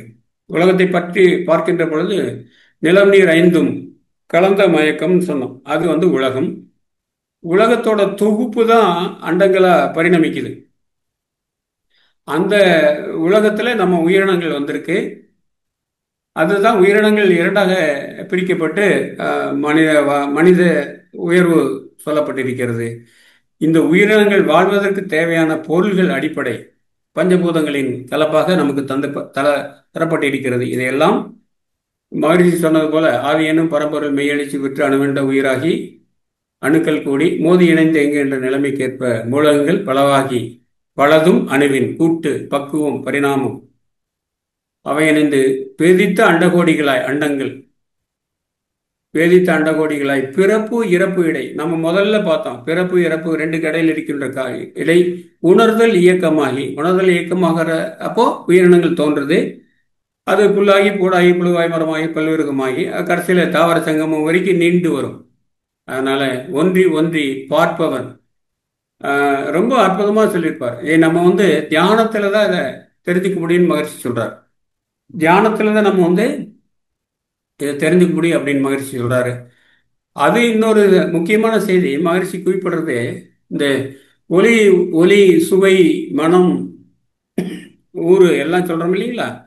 இதுல முதல் இந்த பிரபஞ்சத்துல வெளிப்பட்ட ஆற்றல் என்பது ஒலி ஆற்றலாக சவுண்டு. அதுதான் இன்னைக்கு சயின்ஸும் ப்ரூவ் பண்ணியிருக்கு. பிரபஞ்சம் ஒரு சிங்குலாரிட்டியிலிருந்து நமது பிரபஞ்சம் ஒரு புள்ளியிலே இருந்தது. அதை சிங்குலாரிட்டி என்று கணித அடிப்படையில் சொல்வார்கள். அது பிக் பேங் தியரி என்ற தத்துவ அடிப்படையிலே வெடித்து சிதறிய பொழுது இந்த பிரபஞ்சம் ஏற்பட்டது என்று சொல்வார்கள். அது ஏன் அப்படின்னு சொன்னா, எந்த சமயத்துல நீங்க வால்யூம் குறைச்சி பார்க்குறீங்களோ அப்போ ஆற்றலோட திணிவு அதிகமாகும். ஒரு சுருக்கமான உதாரணம் உங்களுக்கு அணு அப்படிங்கிறது. அணுவோட அமைப்பு பார்த்தீங்கன்னா, அணுவில் எலக்ட்ரான் இருக்கு, புரோட்டான் இருக்கு, நியூட்ரான் இருக்கு. நியூட்ரானும் புரோட்டானும் அணுக்கருன்னு சொல்லக்கூடிய ஒரு பகுதியில் மையத்தில் இருக்கும். அதை சுற்றியும் அந்த அணுவோட அமைப்புக்கு தகுந்த மாதிரி அந்த சுற்று வட்டமாக எலக்ட்ரான் என்று சொல்லக்கூடிய இந்த துகள் எதிர்மின் துகள் சுழன்று கொண்டு இருக்கும். நேர்முக மின் துகள் ஆகிய புரோட்டானும் நியூட்ரான் என்று சொல்லப்படுகின்ற அந்த எந்த துகள் ஆற்றல் இல்லாத ஒன்று, அதாவது நேர்மின் எதிர்மின் இரண்டு மற்ற சமநிலைப்பட்ட இந்த நியூட்ரானும் புரோட்டானும் அணுக்கருவில் இருக்கு. அந்த அணுக்கருவோட விட்டத்தோட அளவு பார்த்தீங்கன்னு சொன்னா 10⁻⁻15 அப்படின்னு சொல்லுவாங்க. அப்படின்னு சொன்னா புள்ளி வச்சு அதுக்கப்புறம் 14 சுழியங்களை போடணும், அப்புறம் ஒரு 1 போடணும். அப்படின்னு பார்த்தீங்கன்னா அந்த எண்ணோட மீச்சுறு தன்மையை உங்களால் புரிஞ்சுக்க முடியும். எவ்வளோ ஒரு சின்ன ஒரு ஒரு ஒரு ஒரு புள்ளி அளவுக்கு, புள்ளிக்கும் ஒன்றும் இல்லை. இப்போ சொல்கிறாங்க இல்லைங்களா, ஆவின் மயிர் ஒன்று கூறிடல் சொல்லி திருமந்திரத்தில் சொல்கிறாங்க இல்லைங்களா? அது மாதிரி அவ்வளவு சின்ன ஒரு துகளுக்குள்ள எவ்வளோ பெரிய ஆற்றல் இருக்கு. ஏன்னு சொன்னால் இப்போ அட்டாமிக் பாம்பெல்லாம் தயாரிக்கிறாங்க உலகத்தில். இப்போ பக்கத்தில் அண்டை நாடான பாகிஸ்தான் கூட எவ்வளவோ அணுகுண்டெல்லாம் வச்சுருக்குது. நம்மளோட மோதக்கூடிய ஒரு சூழ்நிலை ஏற்பட்டு அதை பயன்படுத்துவோன்னு சொன்னாங்க. அதில் அவ்வளோ பெரிய ஆற்றல் எப்படி வருதுன்னு சொன்னால் அதோட அடிப்படையை தான், அதோட நுட்பம், அதோட திணிவு, அதோட அந்த காம்பேக்ட்னஸ் அப்படின்னு இங்கிலீஷில் சொல்லுவாங்க. அதனால தான் அவ்வளோ பெரிய ஆற்றல் வருது. அது மாதிரி இந்த பிரபஞ்சம் மொத்தமே ஒட்டுமொத்தமாக ஒரே ஒரு புள்ளியில் இருந்து அந்த வெடிப்பின் காரணமாக மகரிஷி சொல்லுவாங்க இல்லைங்களா பிரம்மஞானத்தில், அதுபோல வெளிப்பட்டு இந்த பிரபஞ்சமாக மாறி இருக்கிறது. ஒளி முதலான பஞ்ச தத்துவமாம் இந்த தத்துவத்தை தான் நம்ம பேசிட்டு வந்தோம்.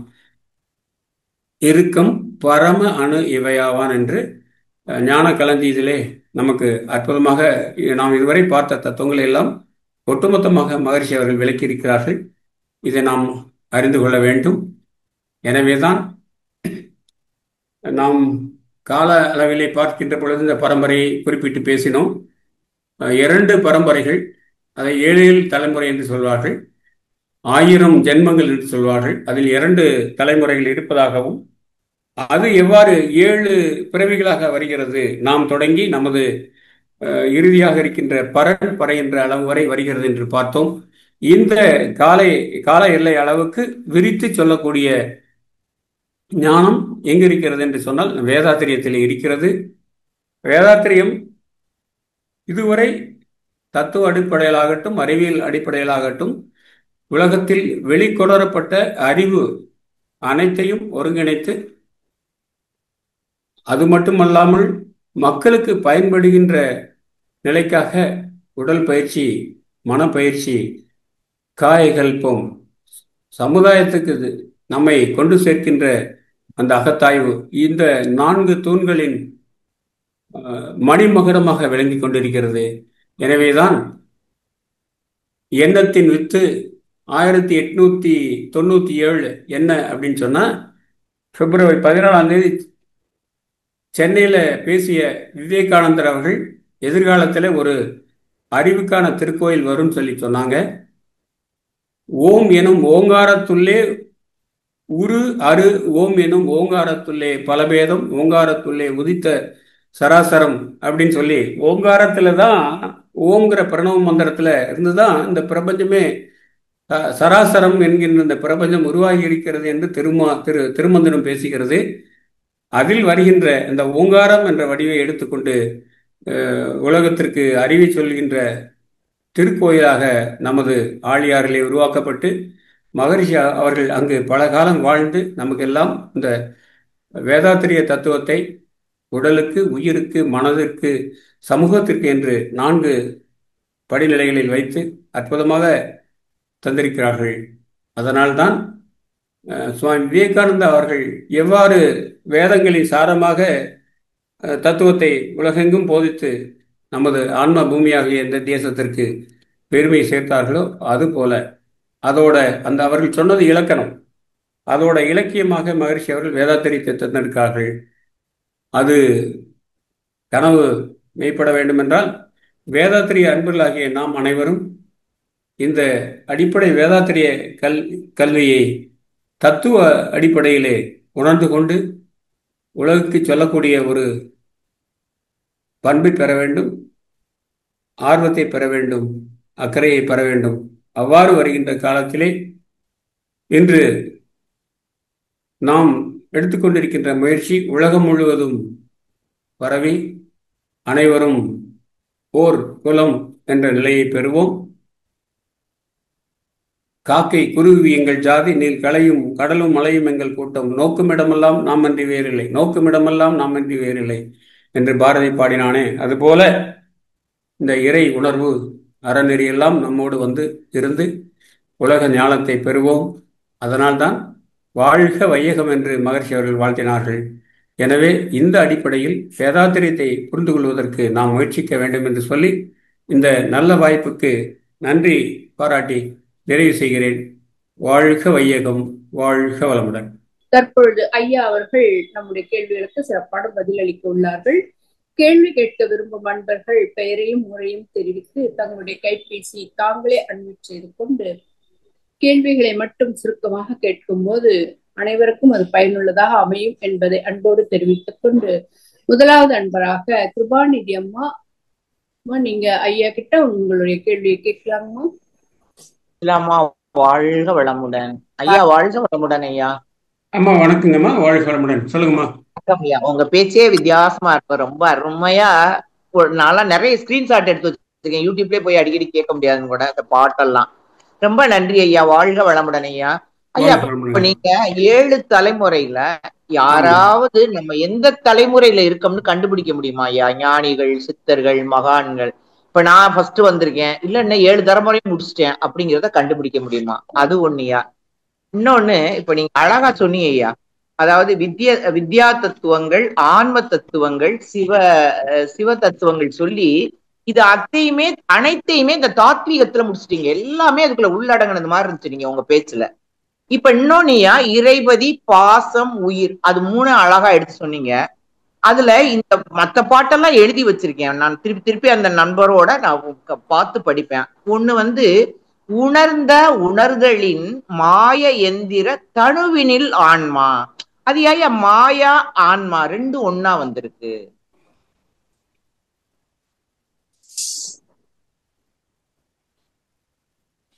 அம்மா சொல்றேங்கம்மா. ஐயா வாழ்க வளமுடன். இருக்காங்கம்மா, சொல்றேன்னு இருக்காரு. இல்லையா, அந்த பாட்டை நீங்க பாருங்களேன். உண்டிவினை இன்மையின் உணர்ந்த உணர்தலின் மாய இந்த தனுவினில் ஆன்மா அப்படின்னா அந்த மாயா ஆன்மா 2 ஒன்னா, இல்ல இந்த உணர்ந்த உணர்தலின் அது 2 ஒன்னா ஐயா? அந்த பாட்டு வித்தியாசமா இருந்தது. மத்ததெல்லாம் எழுதி வச்சிருக்கேன், என்ன அர்த்தம் புரியல, திருப்பி படிக்கணும்னு நம்பர் போட்டிருக்கேன். நல்ல நல்ல கேள்விங்கம்மா, நல்லா கேட்டிருக்கீங்க. இதுல மாயை அப்படிங்கிறது இப்போ ஒரு சைவ சித்தாந்தத்தில் என்ன சொல்லுவாங்கன்னு சொன்னாங்கம்மா, முதல் காரணம், துணை காரணம், நிமித்த காரணம்னு சொல்லுவாங்க. ஓ, ம். அம்மா கேக்குறீங்களா? கேக்குறியா? நல்லாவே ஆ. கேட்டுட்டு இருக்கேன், கேட்டுட்டு இருக்கேன். மண் இல்லாம வந்து ஒரு பாத்திரத்தை பானை உருவாக்க முடியாதுங்கம்மா. கண்டிப்பா ஐயா. அந்த மண்ணு தான் முதல் காரணமா இருக்குங்க. அந்த மண்ணை வந்து பக்குவமா ஒருத்தர் எடுத்து அதை ஒரு சக்கரங்கிற அந்த இதுல வச்சு எடுத்தா சைவ சித்தாந்தம்னு சொல்லுவாங்க. அதை வச்சு சுழற்றி ஒரு குறிப்பிட்ட இதுக்கு கொண்டு வராரு. அது மாதிரி காரியங்களை அந்த காரியத்தை செய்யறதுக்கு மண்ணை வந்து சட்டியா மாத்துறதுக்கான ஒரு காரியத்தை செய்யறதுக்கு சில உபகரணங்கள் வேணுங்க. ஆ, ஆ. அது வந்து அதை துணை காரணம்னு சொல்லுவாங்க. இதை செய்யறதுக்கு ஒரு ஆள் வேணுங்க. அதை வந்து நிமித்த காரணம்னு சொல்லுவாங்க. ஸோ சைவ சித்தாந்தத்தில் எதை எடுத்துட்டாலும் முதல் காரணம், துணை காரணம், அப்புறம் வந்து நிமித்த காரணம் மூணு சொல்லுவாங்க.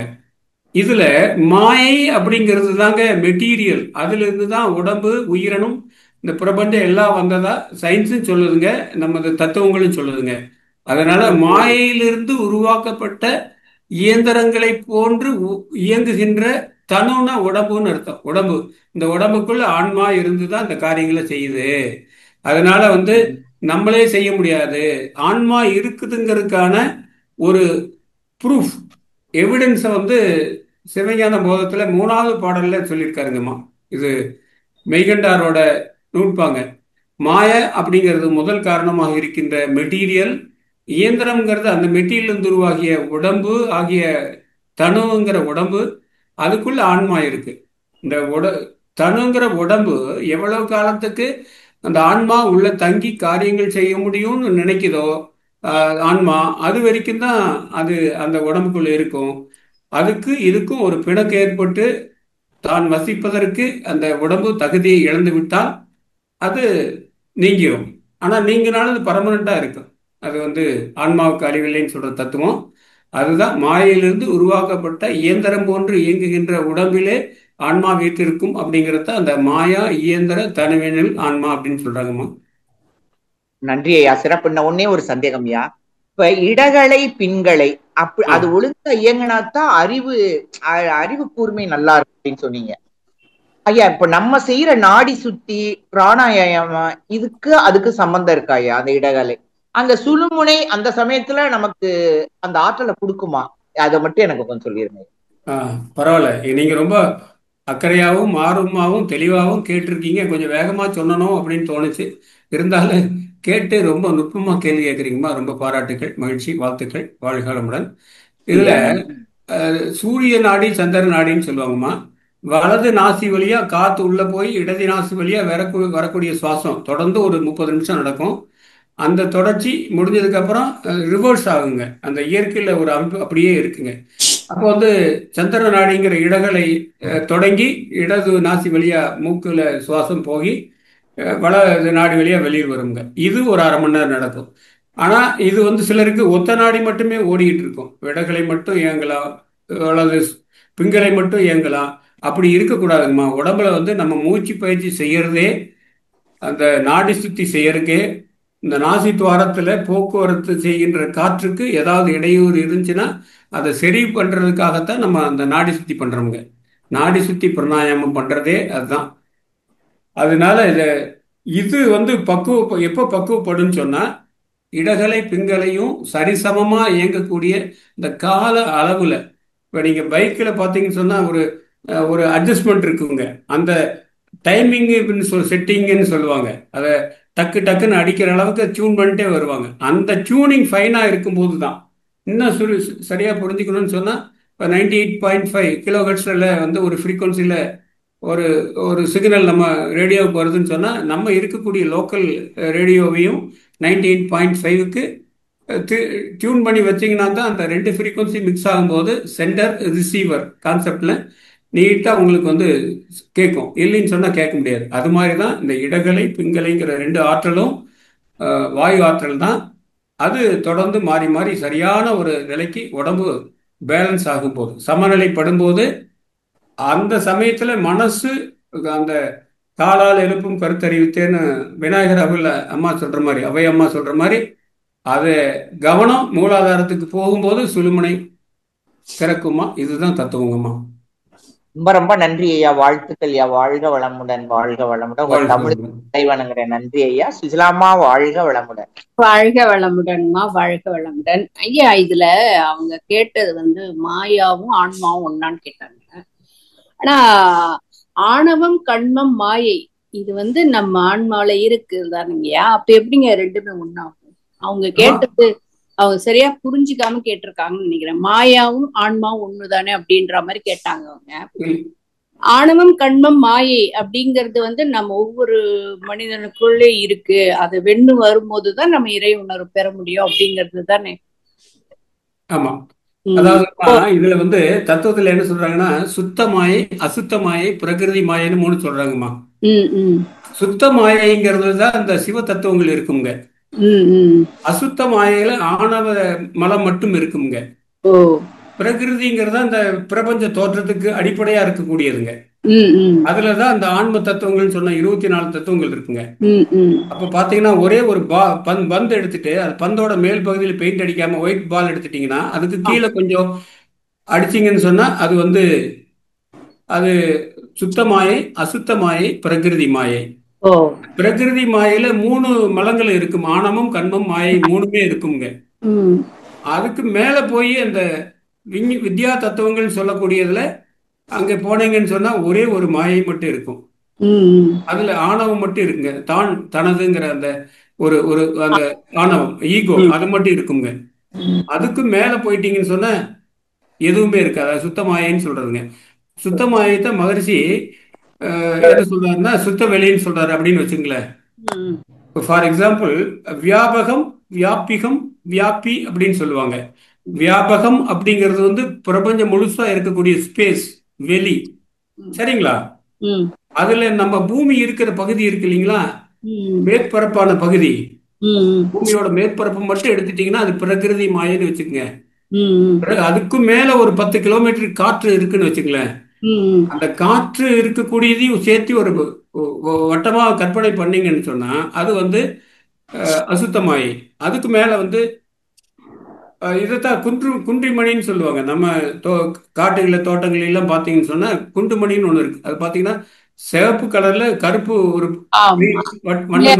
பிள்ளையாருக்கு கூட பாத்திருக்கீங்களாமா? ஆமா ஆமாங்க. அது அந்த சிகப்பு அப்படிங்கிறது சுத்தமாயின்னு வச்சுட்டீங்கன்னா அந்த கருப்புங்கிறது அசுத்தமாயை. அந்த கருப்புக்குள்ளேயும் வியாபிகமா இருக்கிறது வந்து பிரகிருதி மாயை. பிரகிருதி மாயைக்கு முக்குணங்கள் இருக்கு. ஆணவம், கண்மம், மாயை இருக்கு. அல்லது எப்படி சொல்லுவாங்கன்னு சொன்னா அதுல இந்த சத்துவம், ரஜோகுணம், தாமச குணம்னு சொல்லுவாங்க. அது எல்லாம் அதுக்குள்ள அடங்கி இருக்குங்க. அதனால அப்படித்தான் இந்த தோற்றம் உருவாகுது அப்படிங்கிறத சித்தாந்தம் சொல்லுதுங்கம்மா. மாயைங்கிறது முதற் காரணமா இருக்கு. ஒரு எப்படி ஒரு பொருளை செய்யறதுக்கு இப்போ மண்ணு வந்து பானை செய்யறதுக்கு இதா இருக்கிறது மாதிரி மாயை அப்படிங்கிறது it is a material that is used to develop or brought out the entire universe அப்படிங்கிற மாதிரி வச்சுக்கோங்கம்மா. ஞானங்கிறது நம்ம உடம்பு, ஆன்மாங்கிறது உயிருங்க. இப்ப எப்படி உடம்புக்கு உயிர் முக்கியமோ அது மாதிரி பிரபஞ்சத்துக்கு ஒரு உயிரா இருக்கக்கூடியது இறையாற்றல் அப்படின்னு சொல்றோம். இந்த ஆற்றல் தான் பொருள் ஆகுது அப்படிங்கிற தத்துவத்துல இந்த ஆற்றல் அப்படிங்கிறதாங்க ஆன்மா. சரிங்களாம்மா? ஓகேங்க.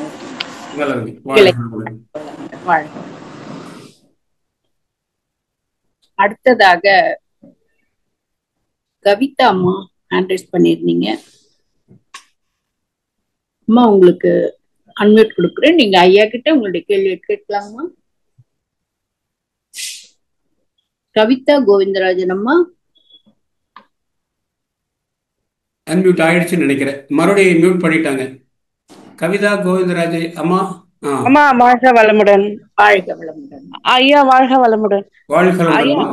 அது அவள், அவள், அவன், அது உலகத்தை குறிக்குது, இயற்கையை குறிக்குதுன்னு. அது அது கொஞ்சம் விளக்கம் சொல்லுங்களேன். அவன், அவள், அது.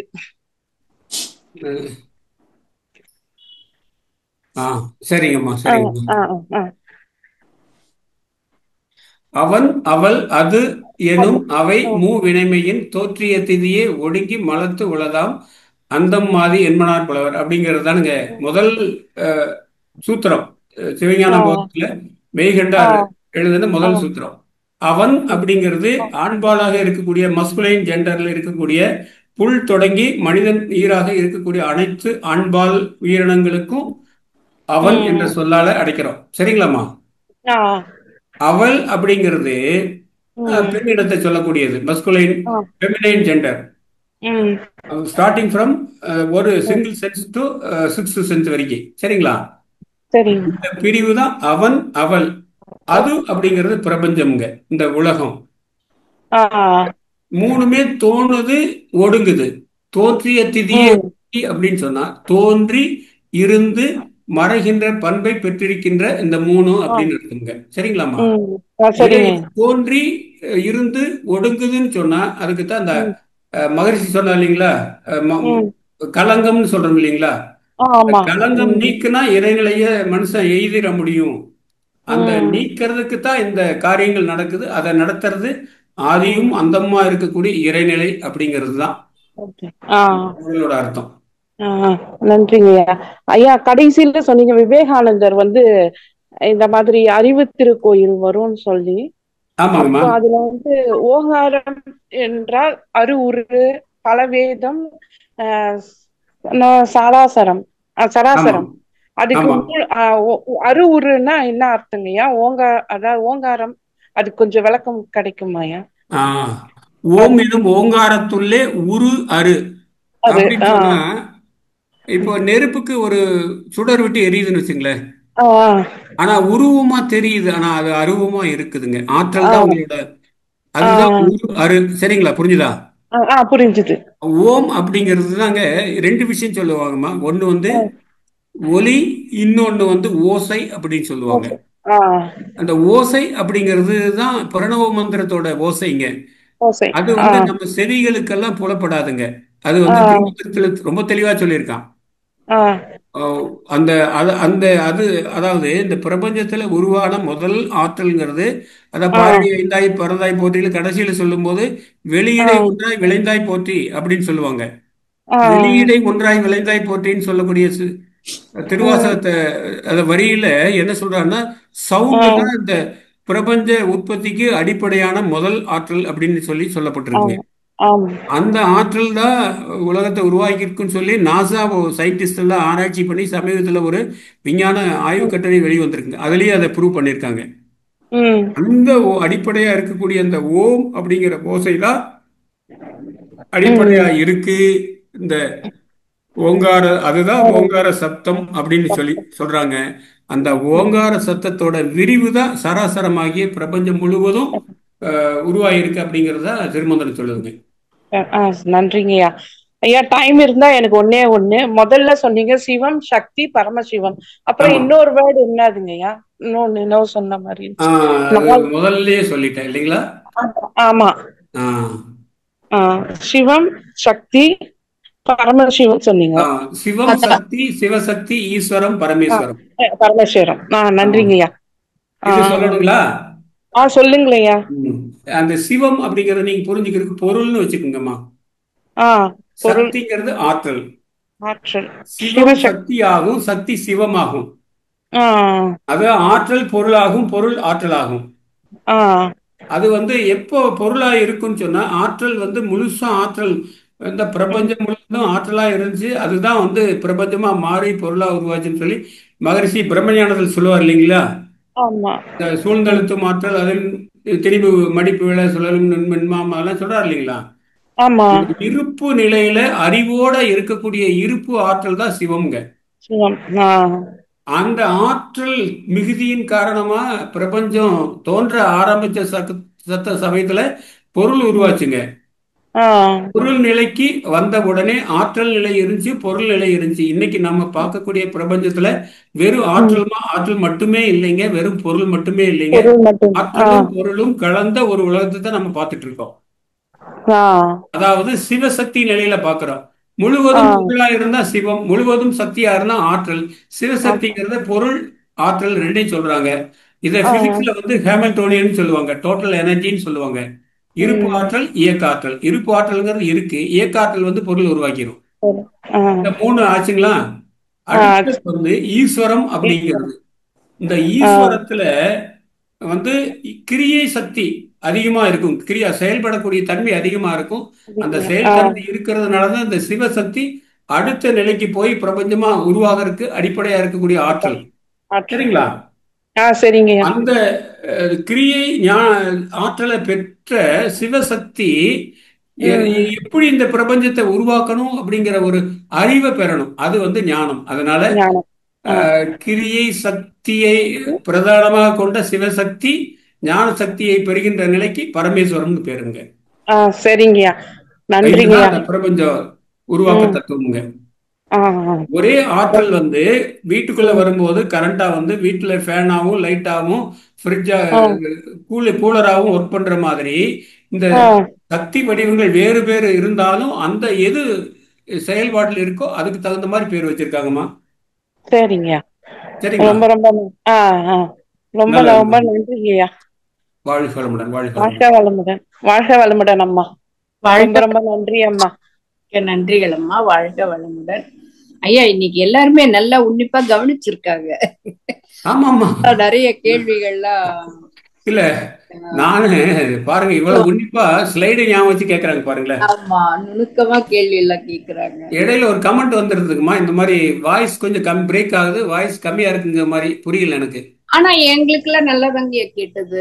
தெரியல என்ன, ஒருவேளை அவங்களுக்கு சிக்னல் கொஞ்சம் வீக்கா இருக்கிற இடத்துல இருக்கலாம். அதான் நான் ஆரம்பத்திலேயே உங்களை கேட்டுட்டேன், ஆடியோ வீடியோ சரியா இருக்கா பாருங்கம்மா அப்படின்னு சொல்லி கேட்டது. எனக்கு சரியா தாங்க இருந்தது. சரிங்கம்மா. யாரும் அம்மா வாழ்க வளமுடன் அம்மா. அம்மா எனக்கு இன்னும் ஒண்ணுமா. கேளுங்க. உனது இலகு அப்படின்ட்டு ஆத்மா அடங்கி இருக்கு, அதுல ஐம்புலன்களும் அடங்கி இருக்குன்னு சொன்னாரு ஐயா. அது என்னதுங்க ஐயா? உனது இலகு ஆத்மா, நீங்க அதுல ஐம்புலனும் அடங்கி இருக்குன்னு சொன்ன மாதிரி இருக்கு. நீங்க வாங்கம்மா, சித்தாந்த வகுப்பு படிக்கணும் நீங்க. அதாவது உடது அப்படிங்கிறது நம்ம ஆன்மான ஒண்ணு, உயிர் ஒண்ணு உடம்புல இல்லைன்னு சொன்னா உடம்பு வந்து ஜடமா மாறிடுது. அது வந்து எல்லாருக்கும் தெரிஞ்ச விஷயம் தான். அதுல அந்த உயிர் உடம்புல இயக்கம் இருக்குங்க. அதனால உயிர் உடம்புல இருக்குதுங்கிறது உளது. அது வந்து ஆன்மா இருக்கிறதுனாலதான் உடம்புல நம்ம உயிர் இருக்குன்னு சொல்றோம். சரிங்களா? அப்படின்னு சொன்னா சிலர் வந்து சில அதுல வந்து இந்த மாயா தர்க்கம் எல்லாம் பண்ணக்கூடியவங்க இருப்பாங்க. அவங்க ஆன்மான்னு ஒண்ணு கிடையாது, அது இயல்பா நடக்கக்கூடிய சம்பவம், உடல் இயக்கம் உயிர் எல்லாம் அப்படின்னு சொல்லுவாங்க.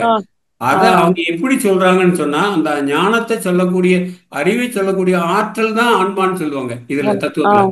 சரிங்களா? உலக புரிஞ்சுதுங்களா? எனது உடல் சொன்னா எனதுன்னு சொல்றோம் இல்லைங்களா? எனது உடல், அந்த எனதுங்கிற வார்த்தை தான் ஆன்மா. சரிங்களா?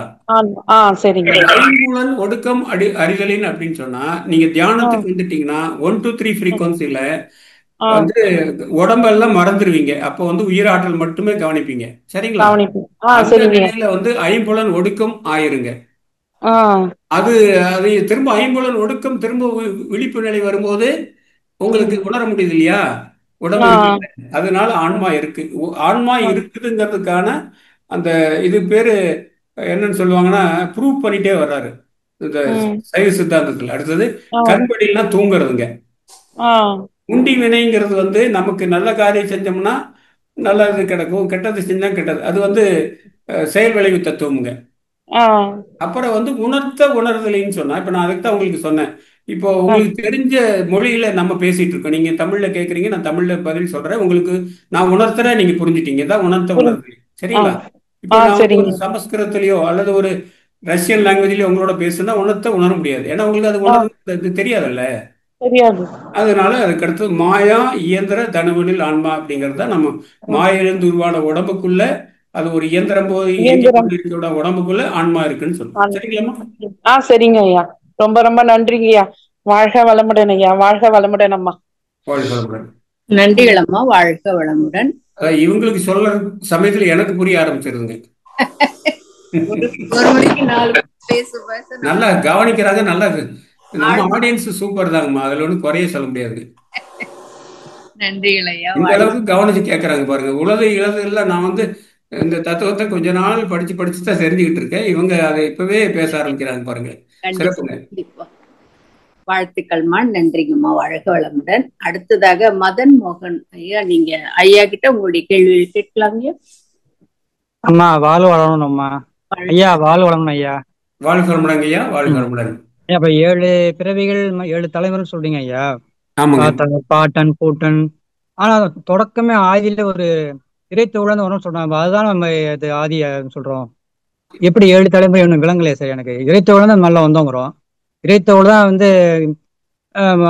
தோற்ற வழியா வந்திருக்கு சொல்றோம். அது சரியா கொஞ்சம் விளக்கமா சொல்லுங்க ஐயா. அதாவதுங்க, இப்போ 6 நதி பிரவாகமா உருவாகுது. எங்க எப்படி உருவாகுதுன்னு சொன்னா, உங்களுக்கு கடல்ல இருக்கக்கூடிய நீர் ஆவியாகி வானத்துக்கு போய் மழையா பெஞ்சு அதுக்கப்புறம் அது ஓட ஆரம்பிச்சு திரும்ப கடல்ல போய் இணையணும். இணைஞ்சதுனால தான் அதோட முற்று இந்த சைக்கிள் கம்ப்ளீட் ஆகுது. சரிங்களா ஐயா? ஆமையா. கடல் நீர் திரும்ப கடலுக்கே போய் சேரணும்.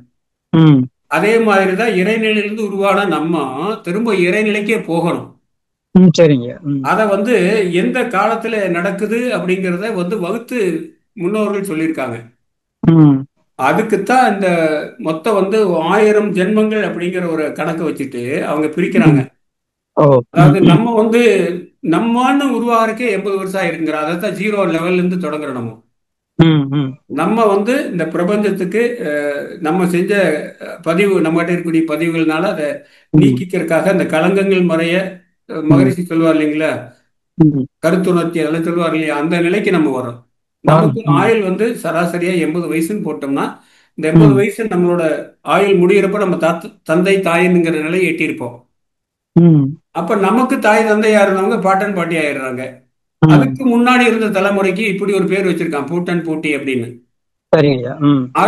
பூட்டன் பூட்டிங்கிறது நெடில்ங்க, பூட்டன் நெடில்.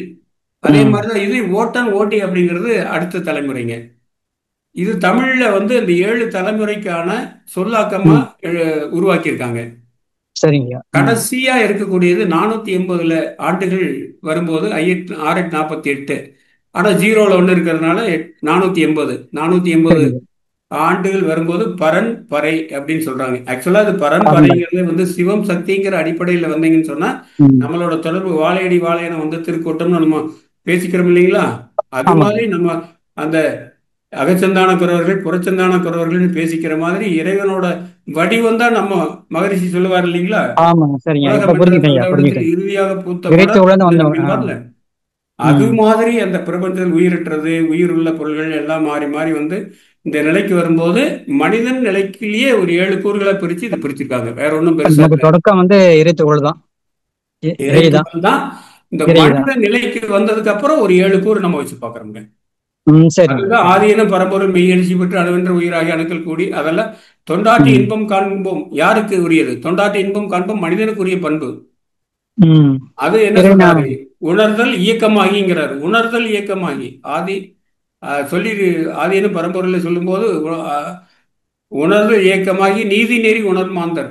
நீதி நெறி ரெண்டு யாரு புரிஞ்சுக்குவாங்கன்னா மனுஷன் தான் புரிஞ்சுக்க முடியும்.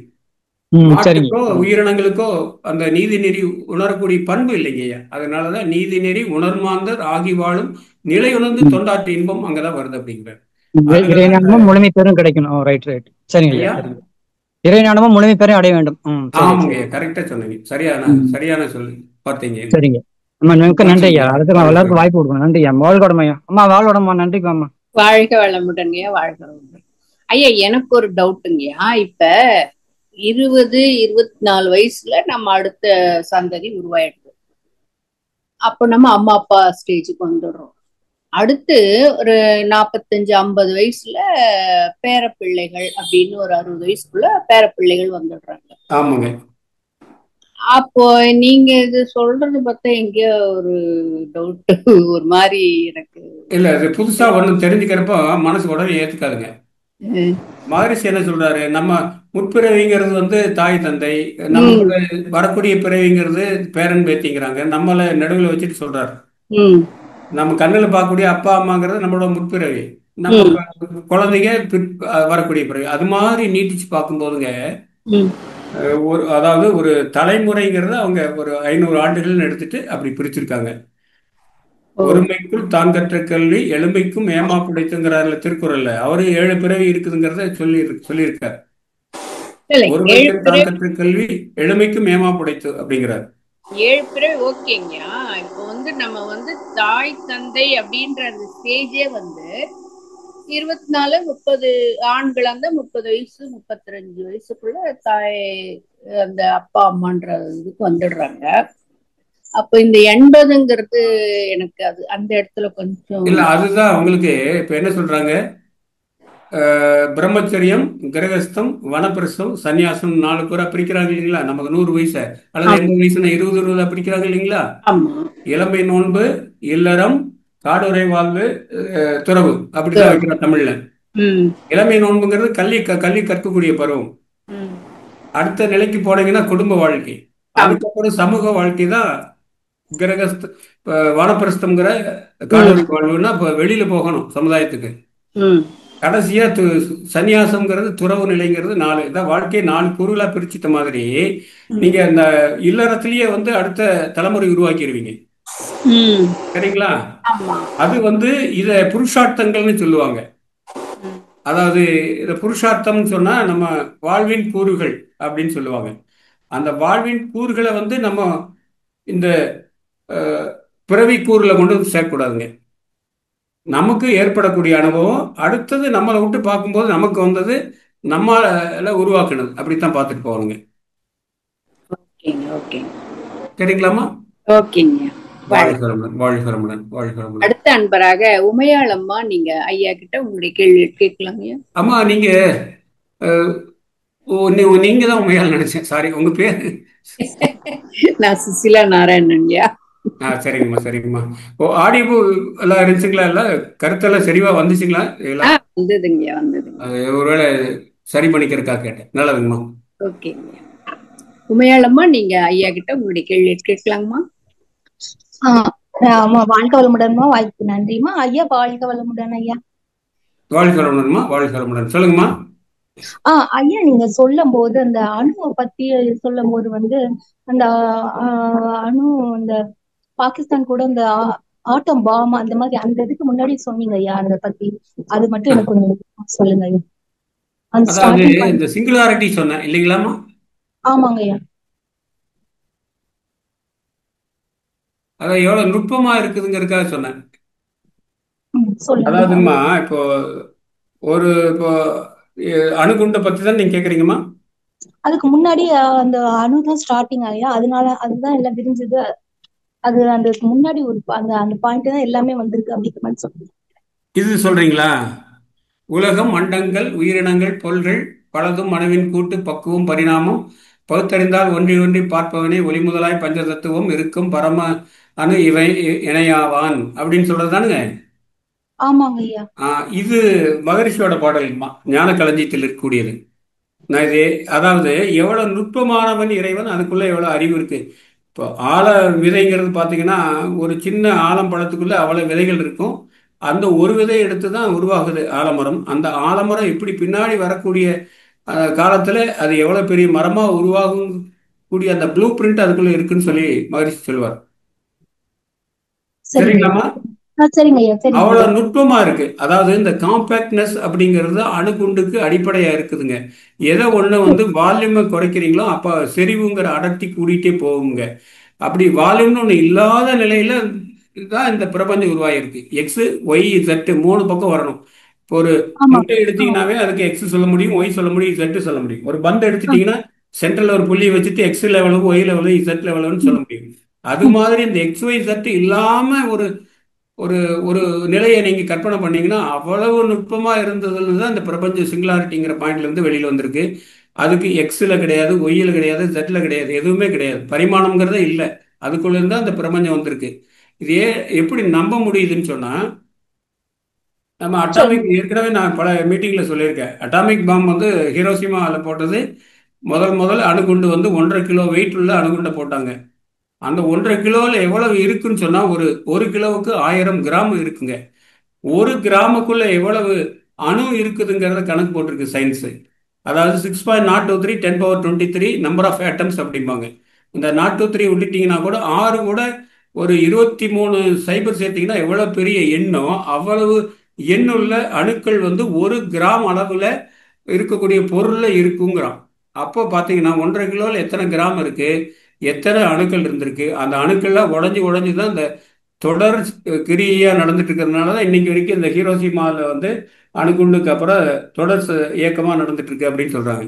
அது ஏன் அந்த அணுவுக்கு அந்த பண்பு வருதுன்னு சொன்னா, நான் ஏற்கனவே சொன்ன மாதிரி அணுக்கருவோட நுட்பம் 10⁻⁻15 அப்படின்னு சொன்னா புள்ளி வச்சு 14 சைபர் போட்டீங்கன்னா எவ்வளவு சின்னதோ அது மாதிரி அது மாதிரி தான் இந்த பிரபஞ்சம் ஒரு புள்ளியில இருந்து தான் வெடிச்சு சிதறி வெளியில வந்திருக்கு அப்படிங்கிற மாதிரி ஒரு தத்துவம் இருக்கு. அதுக்காக அணுவோட நுட்பத்தை சொன்னேன். அந்த அணுவோட நுட்பத்துக்கு காரணம் அதோட கன அளவு, சாரி, கொள்ளளவுங்கிற அந்த வால்யூம் அப்படின்னு சொன்னேன். இப்போ வால்யூமே இல்லாத ஒரு நிலையிலிருந்து தான் அந்த ஒண்ணுலுமே இல்லாத ஒரு சூனியத்திலிருந்து தான் அந்த பிரபஞ்சம் வந்திருக்குது அப்படிங்கிறதுக்கான ஒரு அஹ், புரியுதலுக்காக சொன்னானுங்கம்மா. ரொம்ப நான் சொன்ன சிறப்பு. கருத்து நீங்க கேட்ட கேள்விக்கு ஆன்சரான்னு தெரியல, ஆனா நீங்க தான் சொல்லணும். இன்னும் தெளிவா புரிஞ்சிச்சுங்கய்யா. காம்பாக்ட் சைஸ்ல இருந்து வந்திருக்கு. அது ரொம்ப நுட்பமானது, எல்லாம் அடங்கி இருக்கு. அதெல்லாம் புரிஞ்சுக்க முடிஞ்சது ஐயா. இப்படி விளக்கமா சொல்லும் போது என்னால புரிஞ்சுக்க முடியுதுங்க ஐயா. நன்றிங்கய்யா. ஆமா ஆமா, அணுங்கிறதே அதாங்கம்மா. அணுவை துளைத்தேல் கடலை புகட்டிங்கிறாங்கல்ல திருக்குறள்ல, அது மாதிரி ஔவையார் சொல்லியிருக்காங்க. அணுவை துளைக்கிறதுங்கிறது முடியாதுன்னு சொன்னாங்க. இன்டிவிசிபிள் அப்படின்னு சொன்னாங்க. அப்படின்னா அணுவை வந்து உடைக்க முடியாதுன்னாங்க. இப்போ அணுவை உடைச்சிட்டாங்களே. அதுக்கு அடிப்படையா இருக்கக்கூடிய கடவுள் துகளை நோக்கி இப்போ விஞ்ஞானம் போயிட்டு இருக்கேன். ஆமாங்க காட் பார்ட்டிகிள் போயிட்டு இருக்காங்க இல்லைங்களா? ஆமாங்க. அதனால கொஞ்சம் நுட்பமா போக போகத்தாங்க இந்த நம்ம பொருளை பார்த்து பழகிட்டோம். அதனால நமக்கு அந்த நுட்பம்ங்கிறது ரிவர்ஸ்ல டிராவல் பண்ணணுங்க. -∞ வரைக்கும் போகணுங்க. சிறப்புங்கய்யா. ரொம்ப சிறப்புங்க. மகிழ்ச்சிங்கய்யா. நன்றிங்கய்யா. வாழ்க வளமுடன்யா. வாழ்க வளமுடன், வாழ்க வளமுடன். அம்மா நன்றிங்கம்மா. வாழ்க வளமுடன்மா. நன்றிகளம்மா. வாழ்க வளமுடன். சுசீலா அம்மா இவங்க அதானே கேட்டாங்க இந்த கேள்வி தானே? ஆமாங்கய்யா, ஆமாங்கய்யா. அணுவோட தன்மை பத்தி கொஞ்சம் சொல்லுங்க. ஆமா, சிறப்புங்கய்யா. ஸ்ரீனிவாசன் ஐயா, ஐயா நீங்க ஐயா கிட்ட உங்களுடைய கேள்வி கேட்கலாங்க. வாழ்க வளமுடன் அம்மா. வாழ்க வளமுடன். நன்றி ஐயா. வாழ்க வளமுடன் ஐயா. வணக்கங்க ஐயா. வாழ்க வளமுடன். வணக்கம் ஐயா. சேலத்துல இருந்து ஸ்ரீனிவாசன். ரொம்ப சிறப்பா நிறைய விளக்கங்கள் இன்னைக்கு கொடுத்துருக்கீங்க. ஒவ்வொன்றும் தெரிஞ்சுக்க ஆர்வத்தை மறுபடியும் இன்னும் மேலும் தெரிஞ்சுக்கணுங்கிற ஒரு எண்ணத்தை தான் உருவாக்குது. இப்ப நீங்க கடைசியா சொன்ன மாதிரி ஔவை வந்து குறளை பத்தி சொன்னாங்கன்னு சொல்லி ஒரு குறள் சொல்லுவாங்க இல்லையா? ஆமாங்க. துளைத்து ஏழ்கடலை புகற்றி குறுகத் தரித்த குறள் அப்படின்னு. ஆமாங்க ஆமாங்க. அணு என்பது பிளக்க முடியாததுங்கிறது இன்னைக்கு சமீப காலத்து அறிவியலாளர்கள் வரைக்கும் அவங்களுக்கு தெரிஞ்சது, அவ்வளவுதான். ஆனா ஔவை பாட்டியே வந்து அணுவை பிளந்து அதுக்குள்ள 7 கடல் சக்தியை உள்ள திணிக்க முடியும் அப்படிங்கிற ஒரு உணர்ச்சி கொண்டிருந்தாங்க. நம்முடைய ஞானிகள் அதுக்கு முன்னாடியே அந்த மாதிரி ஒரு ஞானத்தை அடைந்திருந்தார்கள் ஐயா. அதை பத்தி ஆமாங்க ஆமாங்க. அதனாலதானுங்க உங்களுக்கு ஆன்மா பத்தி வந்து சிவஞான போதத்துல முதல்ல வருது இல்லைங்களா? முதல் இது அவன் அவள் அது எனும் அவை மூவினைமையின் தோற்றிய திதியே ஒடுங்கி மலத்துளதாம் அந்தம் ஆதி என்மனார் புலவர் அப்படிங்கிறது பெரிய தத்துவங்க. அதனால பிரபஞ்சத்துக்கான விளக்கம் சித்தாந்தத்துல பிரமாதமா சொல்லிட்டு போயிட்டாங்க. அதான் நம்முடைய முன்னோர்கள் ஞானிகள் வந்து எல்லாத்தையும் உணர்ந்திருக்கிறாங்க, எல்லாத்தையும். ஆனா நாம வந்து மேலை நாட்டு அறிவியல் அறிஞர்கள் என்ன தெரிஞ்சு சொல்றாங்களோ அதைத்தான் ஒத்துக்கிறோம் அப்படிங்கிற ஸ்டேஜ்ல இருந்துட்டு இருக்கோம். இது நம்மளது வசதி சார்ந்தது, ஐம்புலன் சார்ந்த அனுபவங்களை வாங்கறதுக்காக நம்ம வாழ்ந்துட்டு இருக்கிறதுனாலதான் இந்த பிரச்சனைங்க. அது மனம் சித்த புத்தி அகங்காரம் சொல்லக்கூடிய அந்த உள்ளார்ந்த தேடல்ல கொண்டு போயிட்டீங்கன்னு சொன்னா இது எல்லாம் வந்துருங்க. அது ஒரு நிலைங்க. அது எல்லாருக்கும் எல்லா சமயத்திலும் வாய்க்காது. உங்களை மாதிரி நுணுக்கமா பார்க்கக்கூடியவங்களுக்கு தான் அந்த தன்மை ஏற்படுங்க. அது ஆனா விஞ்ஞானம் ஒரு சமயத்தில் வந்துட்டே இருக்கு, கூடவே வந்துட்டு இருக்கு. ஆன்மீகத்துக்குள்ள இருக்கிற விஷயத்த தேடுறதுக்கு தான் விஞ்ஞானம் முயற்சி பண்ணிட்டு இருக்குங்க. தேடுவதுக்கு தான் இப்போ வந்து அந்த கருந்துளைங்கிறத பத்தியோ பிளாக் ஹோலோ அல்லது பிளாக் ஸ்பாட்டோ அதை வந்து இன்னைக்குதான் தேடுறாங்க. ஆனா அந்த கருந்துளை தான் வந்து ராகுவாக கேதுவாக இருக்கிறது. அதனுடைய பாதையில வந்து சூரிய சந்திரர்கள் வரும்போதுதான் கிரகணம் நடக்குதுங்கிறதெல்லாம் அப்பவே கணித்து வச்சு அதை இன்னமும் அந்த பழைய கணக்குகளை வச்சுதானே கிரகண தேதிகள் எல்லாம் முன்கூட்டியே பஞ்சாங்கத்துல பாட்டன் பாட்டி தாண்டி நம்ம சொன்னதுக்கே இவங்க இந்த சொல்லலாம் புதுசா இருக்குதுன்னு சொல்றாங்கல்ல. நம்ம மரபு பாரம்பரிய நம்மளோட அந்த பழைய விஷயங்கள்லாம் விட்டு ரொம்ப தூரம் வந்துட்டோமுங்க. நம்ம அதுக்கு இடையில வந்த கல்வி மாற்றங்கள் தானுங்க. இந்த மெக்காலை கல்வியினால ஏற்பட்ட அந்த தொடர்பு அருந்து போன தன்மை தாங்க நம்ம இவ்வளவு தூரம் கொண்டு போயிடுச்சுங்க. குமாஸ்தாக்களை உருவாக்குறதுக்காக கல்வியை உருவாக்குனாங்க. அழகா சொன்னீங்க. அதே தானுங்க. நமக்கு வந்து உடம்புக்கு வசதி வேணும், வாழ்க்கைக்கு வசதி வேணும், பயணத்துக்கு வசதி வேணும் அப்படின்னு சொல்லி புறத்தேடல்களையே போயிட்டோம்ங்க. நம்ம இந்த பஞ்சபூதங்களை எப்படி நமக்கு வேலை செய்ய வைக்கலாங்கிறதுலயே நம்ம விஞ்ஞானம் போயிடுச்சு, நம்மளும் அதுலயே போயிட்டதுனால அகத்தேடல் இல்லாம போச்சுங்க. அதனாலதான் இந்த பிரச்சனைகள். ஆனா அந்த காலத்துல உட்காந்து தவம் பண்ணி பண்ணி பண்ணி மனசை ஒரு கருவியா வச்சுட்டு இந்த பிரபஞ்சத்தை பார்த்து தானே நீங்க சொன்னீங்க இல்லையா, அந்த வரகமிகரெல்லாம் வந்து பிரகத் ஜாதகம்னு ஒரு ஜாதகத்தை எழுதியிருக்காரு. அந்த இல்லாத செய்திகளா எப்ப கிரகணம் வருங்கிறதெல்லாம் கண்டுபிடிச்சு நீங்க சொன்ன மாதிரி சொல்லியிருக்காங்கல்ல பஞ்சாங்கத்தை வச்சு. அதெல்லாம் வந்து பெரிய அறிவியலுங்க. ஆதியும் மந்தமும் இல்லாததான் இன்னைக்கு -∞ +∞ மேத்தமெட்டிக்ஸ்ல சொல்லிட்டு இருக்கான். அவனுக்கு அந்த என்ன பத்தி தெரியல, அதனால நமக்குள்ள வந்து அடங்கிட்டாங்க. அதனால இல்ல யாரு பெருசு யாரு சிறுசுங்கிற சமாச்சாரம் இல்லைங்க. தத்துவத்துக்குள்ள எல்லா விஷயங்களும் இருக்கு. அது வந்து நம்ம ஒரு அதுக்கு புரிஞ்சுக்கணும்னா நம்ம தவம் தான் நம்ம மனசை வந்து பட்டை தேக்க. மிக்க மகிழ்ச்சிங்கய்யா, ரொம்ப சரிங்கய்யா, ரொம்ப சந்தோஷங்கய்யா உங்களுடைய பேச்சு. உங்களோட பேசுனது எனக்கு ரொம்ப நிறைவுங்க ஐயா. ரொம்ப உங்களோட பயண திசை சரியா இருக்குங்கய்யா. தொடர்ந்து அதுலயே பயணிங்கள் நீங்க. சரிங்கய்யா, சரிங்க. ஆன்மீக பிளஸ் நம்மளோட பாரம்பரியம் நல்லதுங்கய்யா, சிறப்புங்கய்யா. வாழ்க. நன்றிகள் ஐயா, வாழ்க வளமுடன். அந்த காலத்துல இருக்கவங்க எல்லாத்தையும் தெரிஞ்சுதான் வச்சிருக்காங்க. பட் மொழிவதற்கு உவமையின்றி முட்டி மோதி இருந்தனர். இந்த கால ஏற்றம் பெற்ற விஞ்ஞானத்தின் மூலமாக, இயங்கும் மின்சாரத்தின் மூலமாக தான் நம்ம எல்லாத்தையுமே விளக்கி கொள்றதுக்கான வாய்ப்புகள் கிடைச்சிருக்கு.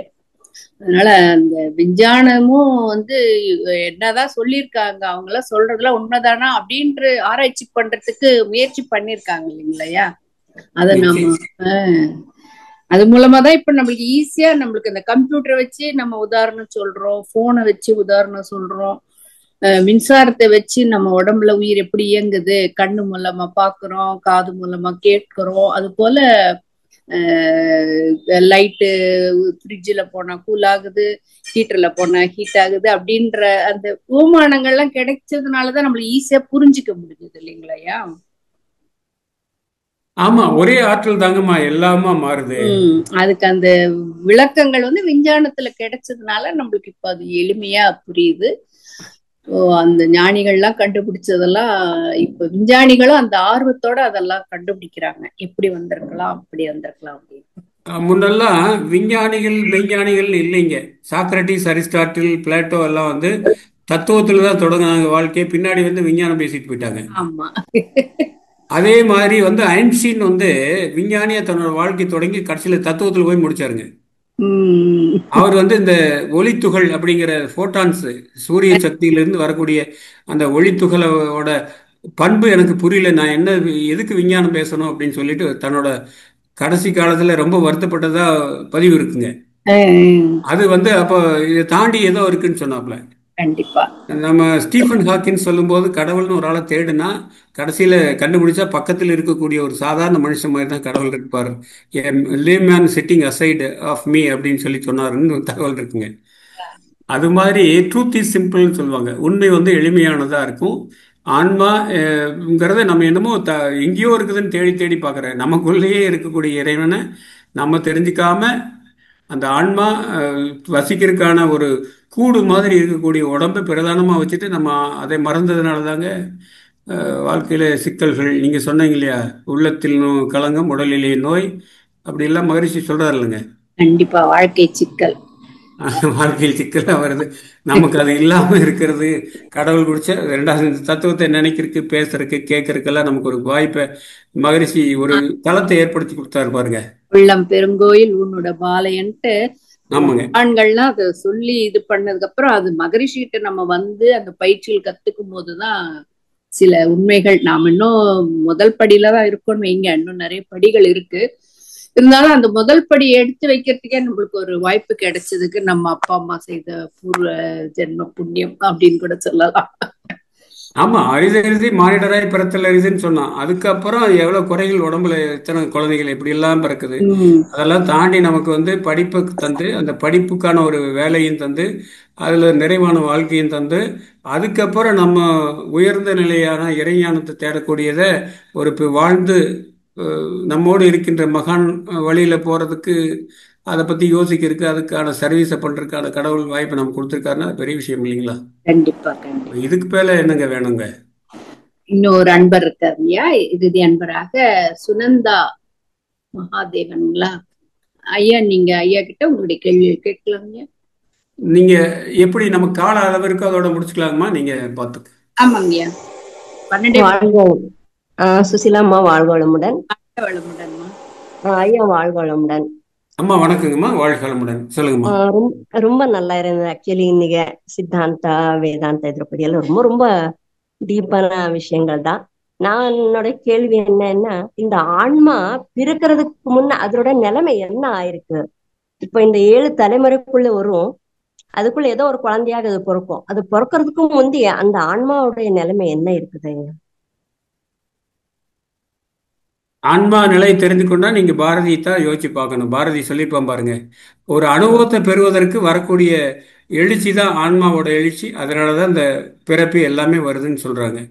வாசியினி கும்பகத்தால் வழியை கட்டி மண்போலே சோர் போலே வாழ்தல் வேண்டும், தேசுடைய பருதியொளி கிணற்றினுள்ளே தெரிவது போல் உனக்குள்ளே சிவத்தை காண்பாய், பேசுவதால் பயனில்லை அனுபவத்தால் பேரின்பம் எய்துவதே ஞானம் என்றான்னு சொல்லி பாரதி சொல்லுவார் குரு தரிசனத்துல.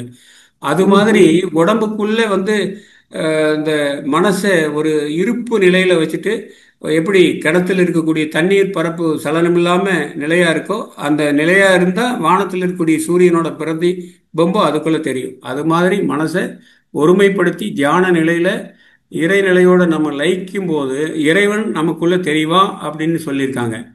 இந்த சைவ சித்தாந்தத்துல 3 உறுதி பொருள்களை சொல்லுவாங்கம்மா. ஒன்று பதி, இன்னொன்னு பசு, இன்னொன்னு பாசம்னு சொல்லுவாங்க. பதிங்கிறது தலைவன் அப்படின்னு அர்த்தம், இறைவன் அர்த்தம். பசுங்கிறது உயிர் ஆன்மா. இது அதுக்கப்புறம் இந்த பசுவையும் ஆகிய தலைவனையும் பசுவாகிய உயிரையும் தள்ளி நிறுத்தக்கூடிய கலங்கம்ங்கிற மகரிஷி சொல்லுவார் இல்லைங்களா, இறைவன் மைனஸ் பிளஸ் கலங்கம். அந்த கலங்கம் அதைத்தான் ஆணவம் கண்மம் மாயைன்னு சொல்றோம். 5 மூலமா சொல்லுவாங்க, 3 மூலமாவும் சொல்லுவாங்க சித்தாந்தத்துல. அது ஏன் அப்படின்னு சொன்னா, அது இந்த ஆன்மாங்கிறது இறைவனோட வேலை. ஆன்மா உருவாக்குறது வேலை இல்லை. ஆன்மாவுக்கு அதோட நல்லது கெட்டது, அதோட கர்ம வினைகளுக்கு தகுந்த உடம்பையும் வாழ்க்கையும் தரக்கூடிய வேலையை தான் இறைவன் செய்வான். எப்படி இறைவன் எப்பவுமே அனாதியா இருக்கானோ, காலங்காலமா இருக்கானோ, அது மாதிரி ஆன்மாவும் காலங்காலமா இந்த பிரபஞ்சத்தில் இருக்குதுங்கிறது தான் சைவ சித்தாந்தம்ங்க. அது ஏன் அப்படின்னு சொன்னா, இறைநிலையிலிருந்து உருவான அந்த ஆன்மா தான் சில அனுபவங்களை வாங்கிட்டு திரும்பவும் அந்த தன்னை தூய்மைப்படுத்திக்கிட்டு ஆணவங்கிற அந்த கலங்கத்தை இல்லாம பண்ணிட்டு திரும்ப இறைவனோட ஐக்கியமாகிறது தான் அந்த இறைஞானம் முழுமை பேரு. முழுமை பேருல இருந்த ஆன்மா சில தான் பெற்றிருக்கக்கூடிய வினைகளை, ஆணவ கர்ம மாயை, அந்த வினைகளை நீக்குவதற்காக பிறவி எடுத்து 7 பிறவியில இந்த பூமியில வாழ்ந்து சில அனுபவங்களை, பாரதி சொன்ன மாதிரி அனுபவத்தை வாங்கிட்டு திரும்ப போறது. இதெல்லாம் ஏன் நடக்குது, எப்படி நடக்குது, யாருக்காக நடக்குதுன்னு சொன்னா அப்புறம் நீங்க கம்பனுக்கு தான் போகணும். கம்பன் என்ன சொல்ற, அழகிலா விளையாட்டுடையார் அவர் தலைவர் அன்னவர்க்கே சரண் நாங்களேங்கிறார். அது இறைவனோட சித்தாடல், விளையாடல் அப்படின்னு சொல்லுவாங்க. அது ஏன் நடக்குதுங்கிறது நமக்கு தெரிஞ்சிட்டுன்னா அவங்களுக்கு சொல்ல மாட்டேன், சொன்னா பொய்ன்னு அர்த்தம். இது நம்ம தான் உணர்ந்துக்க முடியும். கண்டவர்கள் வென்றதில்லை, வென்றவர்கள் கண்டதில்லை. சொன்னா நான் தெரிஞ்சிட்டேன்னு ஒரு ஈகோவோட உங்ககிட்ட சொன்னேன்னா நான் தெரிஞ்சுக்கலன்னு அர்த்தம். அதனால இதுல அனுபவத்தால் பேரின்பம் எய்துவது தான் வாழ்க்கை. சிற்றின்பத்தில் அடங்காம பேரின்பத்துக்கு டிராவல் பண்ணக்கூடியது. இந்த விழிப்புணர்வு வந்துட்டாவே நமக்கு அந்த இறைஞானம் வர ஆரம்பிக்குதுன்னு அர்த்தங்க. அதனால ஆன்மா என்றும் உள்ளது, ஆன்மாவுக்கு அழிவில்லை. ஆன்மா வாழ்கின்ற காலம் வரை, இந்த உடல் ஆரோக்கியமாக இருக்கின்ற காலம் வரை ஆன்மா வாழும். அதற்கான வாழ்க்கைக்கான தகுதியை உடன் இழந்து விடுகின்ற பொழுது ஆன்மா வெளியேறிவிடும். வெளியேறிய ஆன்மா திரும்பவும் அந்த 7 பிறவிக்கு அடுத்தடுத்த உடலை தேடி அதோடு இணைந்து வாழ்க்கையை நடத்தி தனது களங்கங்களை பதிவுகளை நீக்கிய பின்பாக பூரண நிலையிலே இறைவனோடு இணையும். இறைநிலையோடு என்பது அவன் நீ ஒன்றாய் அறிந்த இடம் அறிவு ஒழுமை, அதுதான் முக்தி அப்படிங்கிறத தெரிஞ்சுக்கணுங்கம்மா. எனக்கு தெரிஞ்ச சின்ன விளக்கம்மா, நீங்க சொல்லணும் இப்போ. இல்ல, thank you sir, thank you very much. Okay, அந்த அனுபவம் வேணும். அந்த இறைநிலையோட நாங்களே மர்ஜ் ஆகும் போதுதான் we will came to know about that. நிச்சயமாம்மா. இப்போ நான் சொன்னேன்னு வச்சுங்க, அது வந்து நானா கற்பனை பண்ணி படிச்சதுலேயே எனக்கு தெரிஞ்சதை பற்றி சொல்ற மாதிரி தான் இருக்குங்க. அந்த அனுபவங்கிறது வந்து நம்ம அனுபவிச்சாதான் வருங்க. ஓகே. ஆனா இந்த உறுதி பொருள்கள் 3ங்கிறது எப்படி புருஷார்த்தங்கள் 4 இருக்கு, அது மாதிரி உறுதி பொருள் 3ங்கிறது சித்தாந்த அடிப்படையில் உண்மைங்க. அதுக்கான தர்க்க ரீதியில தாங்க கட்டமைக்கப்பட்டிருக்கு. நமது தத்துவங்கள்லாம் வந்து தர்க்கம் பண்ணி பண்ணி பண்ணி தான் எப்படின்னா இது இல்லை அது இல்லைன்னா என்னன்னு பேசி பேசி விவாதங்களை பண்ணி பண்ணி அறிஞர்கள் மாநாடு போட்டு அதெல்லாம் சொல்லித்தான் இந்த தத்துவங்கள்லாம் உருவாக்கி வச்சிருக்காங்க. சும்மா ஓவர் நைட்ல பண்ணலைங்க. நம்ம தூக்கி போட்டு ஏதோ கடையில் வாங்குற பிளாஸ்டிக் அப்படின்னு சொல்லி தூக்கி போடுறோம் பாருங்க தெருவில். அது அந்த பிளாஸ்டிக் உருவாகிறதுக்கு எத்தனை யுகம் எடுத்திருப்பாங்க. கற்காலத்துல தொடங்கி அப்புறம் உலோக காலம் வந்து அப்புறம் பிளாஸ்டிக் வந்து இப்போ கம்ப்யூட்டர் வழிக்கு வந்திருக்கோம். காலங்கள் மாறிட்டே வருது. ஆனால் பொருளோட மதிப்பு தெரியாம நம்ம அந்த நுட்பம் தெரியாம நம்ம வாழ்ந்துட்டு இருக்கிறோம். இதுதாங்க உண்மை. நம்ம உடம்பை பத்தியே நம்ம தெரிஞ்சுக்கலையே, அதுக்கான முக்கியத்துவத்தை நம்ம கொடுக்கறது இல்லையே. அப்போ ஆன்ம நிலைங்கிறது பெரிய விஷயமுங்க. ஓகே, சரிங்களாமா? Okay okay, I will try myself. Okay sir, thank you. வாழ்க வளமுடன். வாழ்க. நன்றிகள் அம்மா, வாழ்க வளமுடன். வாழ்க. சுசீல் அம்மா, நீங்க வந்து சப்ளிமெண்ட் பண்ணலாங்க, கூடுதல் தகவல் இருந்தா கொடுக்கலாம். ஏன்னா நான் வந்து ஒரு தலைப்பை எடுத்துட்டு அதுக்காக தயார் பண்ணி வந்து சொல்றேன். கேள்வி கேட்கும் போது தெரிஞ்சதை சொல்றேன். நீங்க இதுல சப்ளிமெண்ட் பண்ணி இதை வலியுறுத்தலாம், இல்லைன்னா இன்னும் தெளிவா சொல்ல முடியுங்கனாலே. இதுவே நல்ல தெளிவான விளக்கம் ஐயா. வாழ்க வளமுடன். ஓகே, அதான் ஃபைனல் ஆன்சர் ஐயா. யாருமே இன்னும் சொல்லவே முடியாது. அவங்க உங்களை முட்டி மோதி நின்றனர் சொன்னீங்களா, அதுதான் கரெக்ட். ஆமா ஆமா, முட்டி மோதி போய் நின்னோம்னா அப்புறம் அவ்வளவுதாங்க, செலிப்ரேஷன்ல போய் முட்டி மோதி. கரெக்ட் தான் ஐயா, கரெக்ட் தான். நன்றிகள் ஐயா, வாழ்க. நன்றி ஐயா, தேங்க்யூ.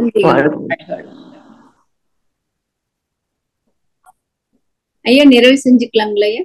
ஆமாங்கம்மா, டைமிங் கரெக்டா இருந்துச்சு. ஆமாங்க, நம்மளுக்கு கொடுக்கப்பட்ட நேரம், ஒதுக்கப்பட்ட நேரம் இதுதானுங்க.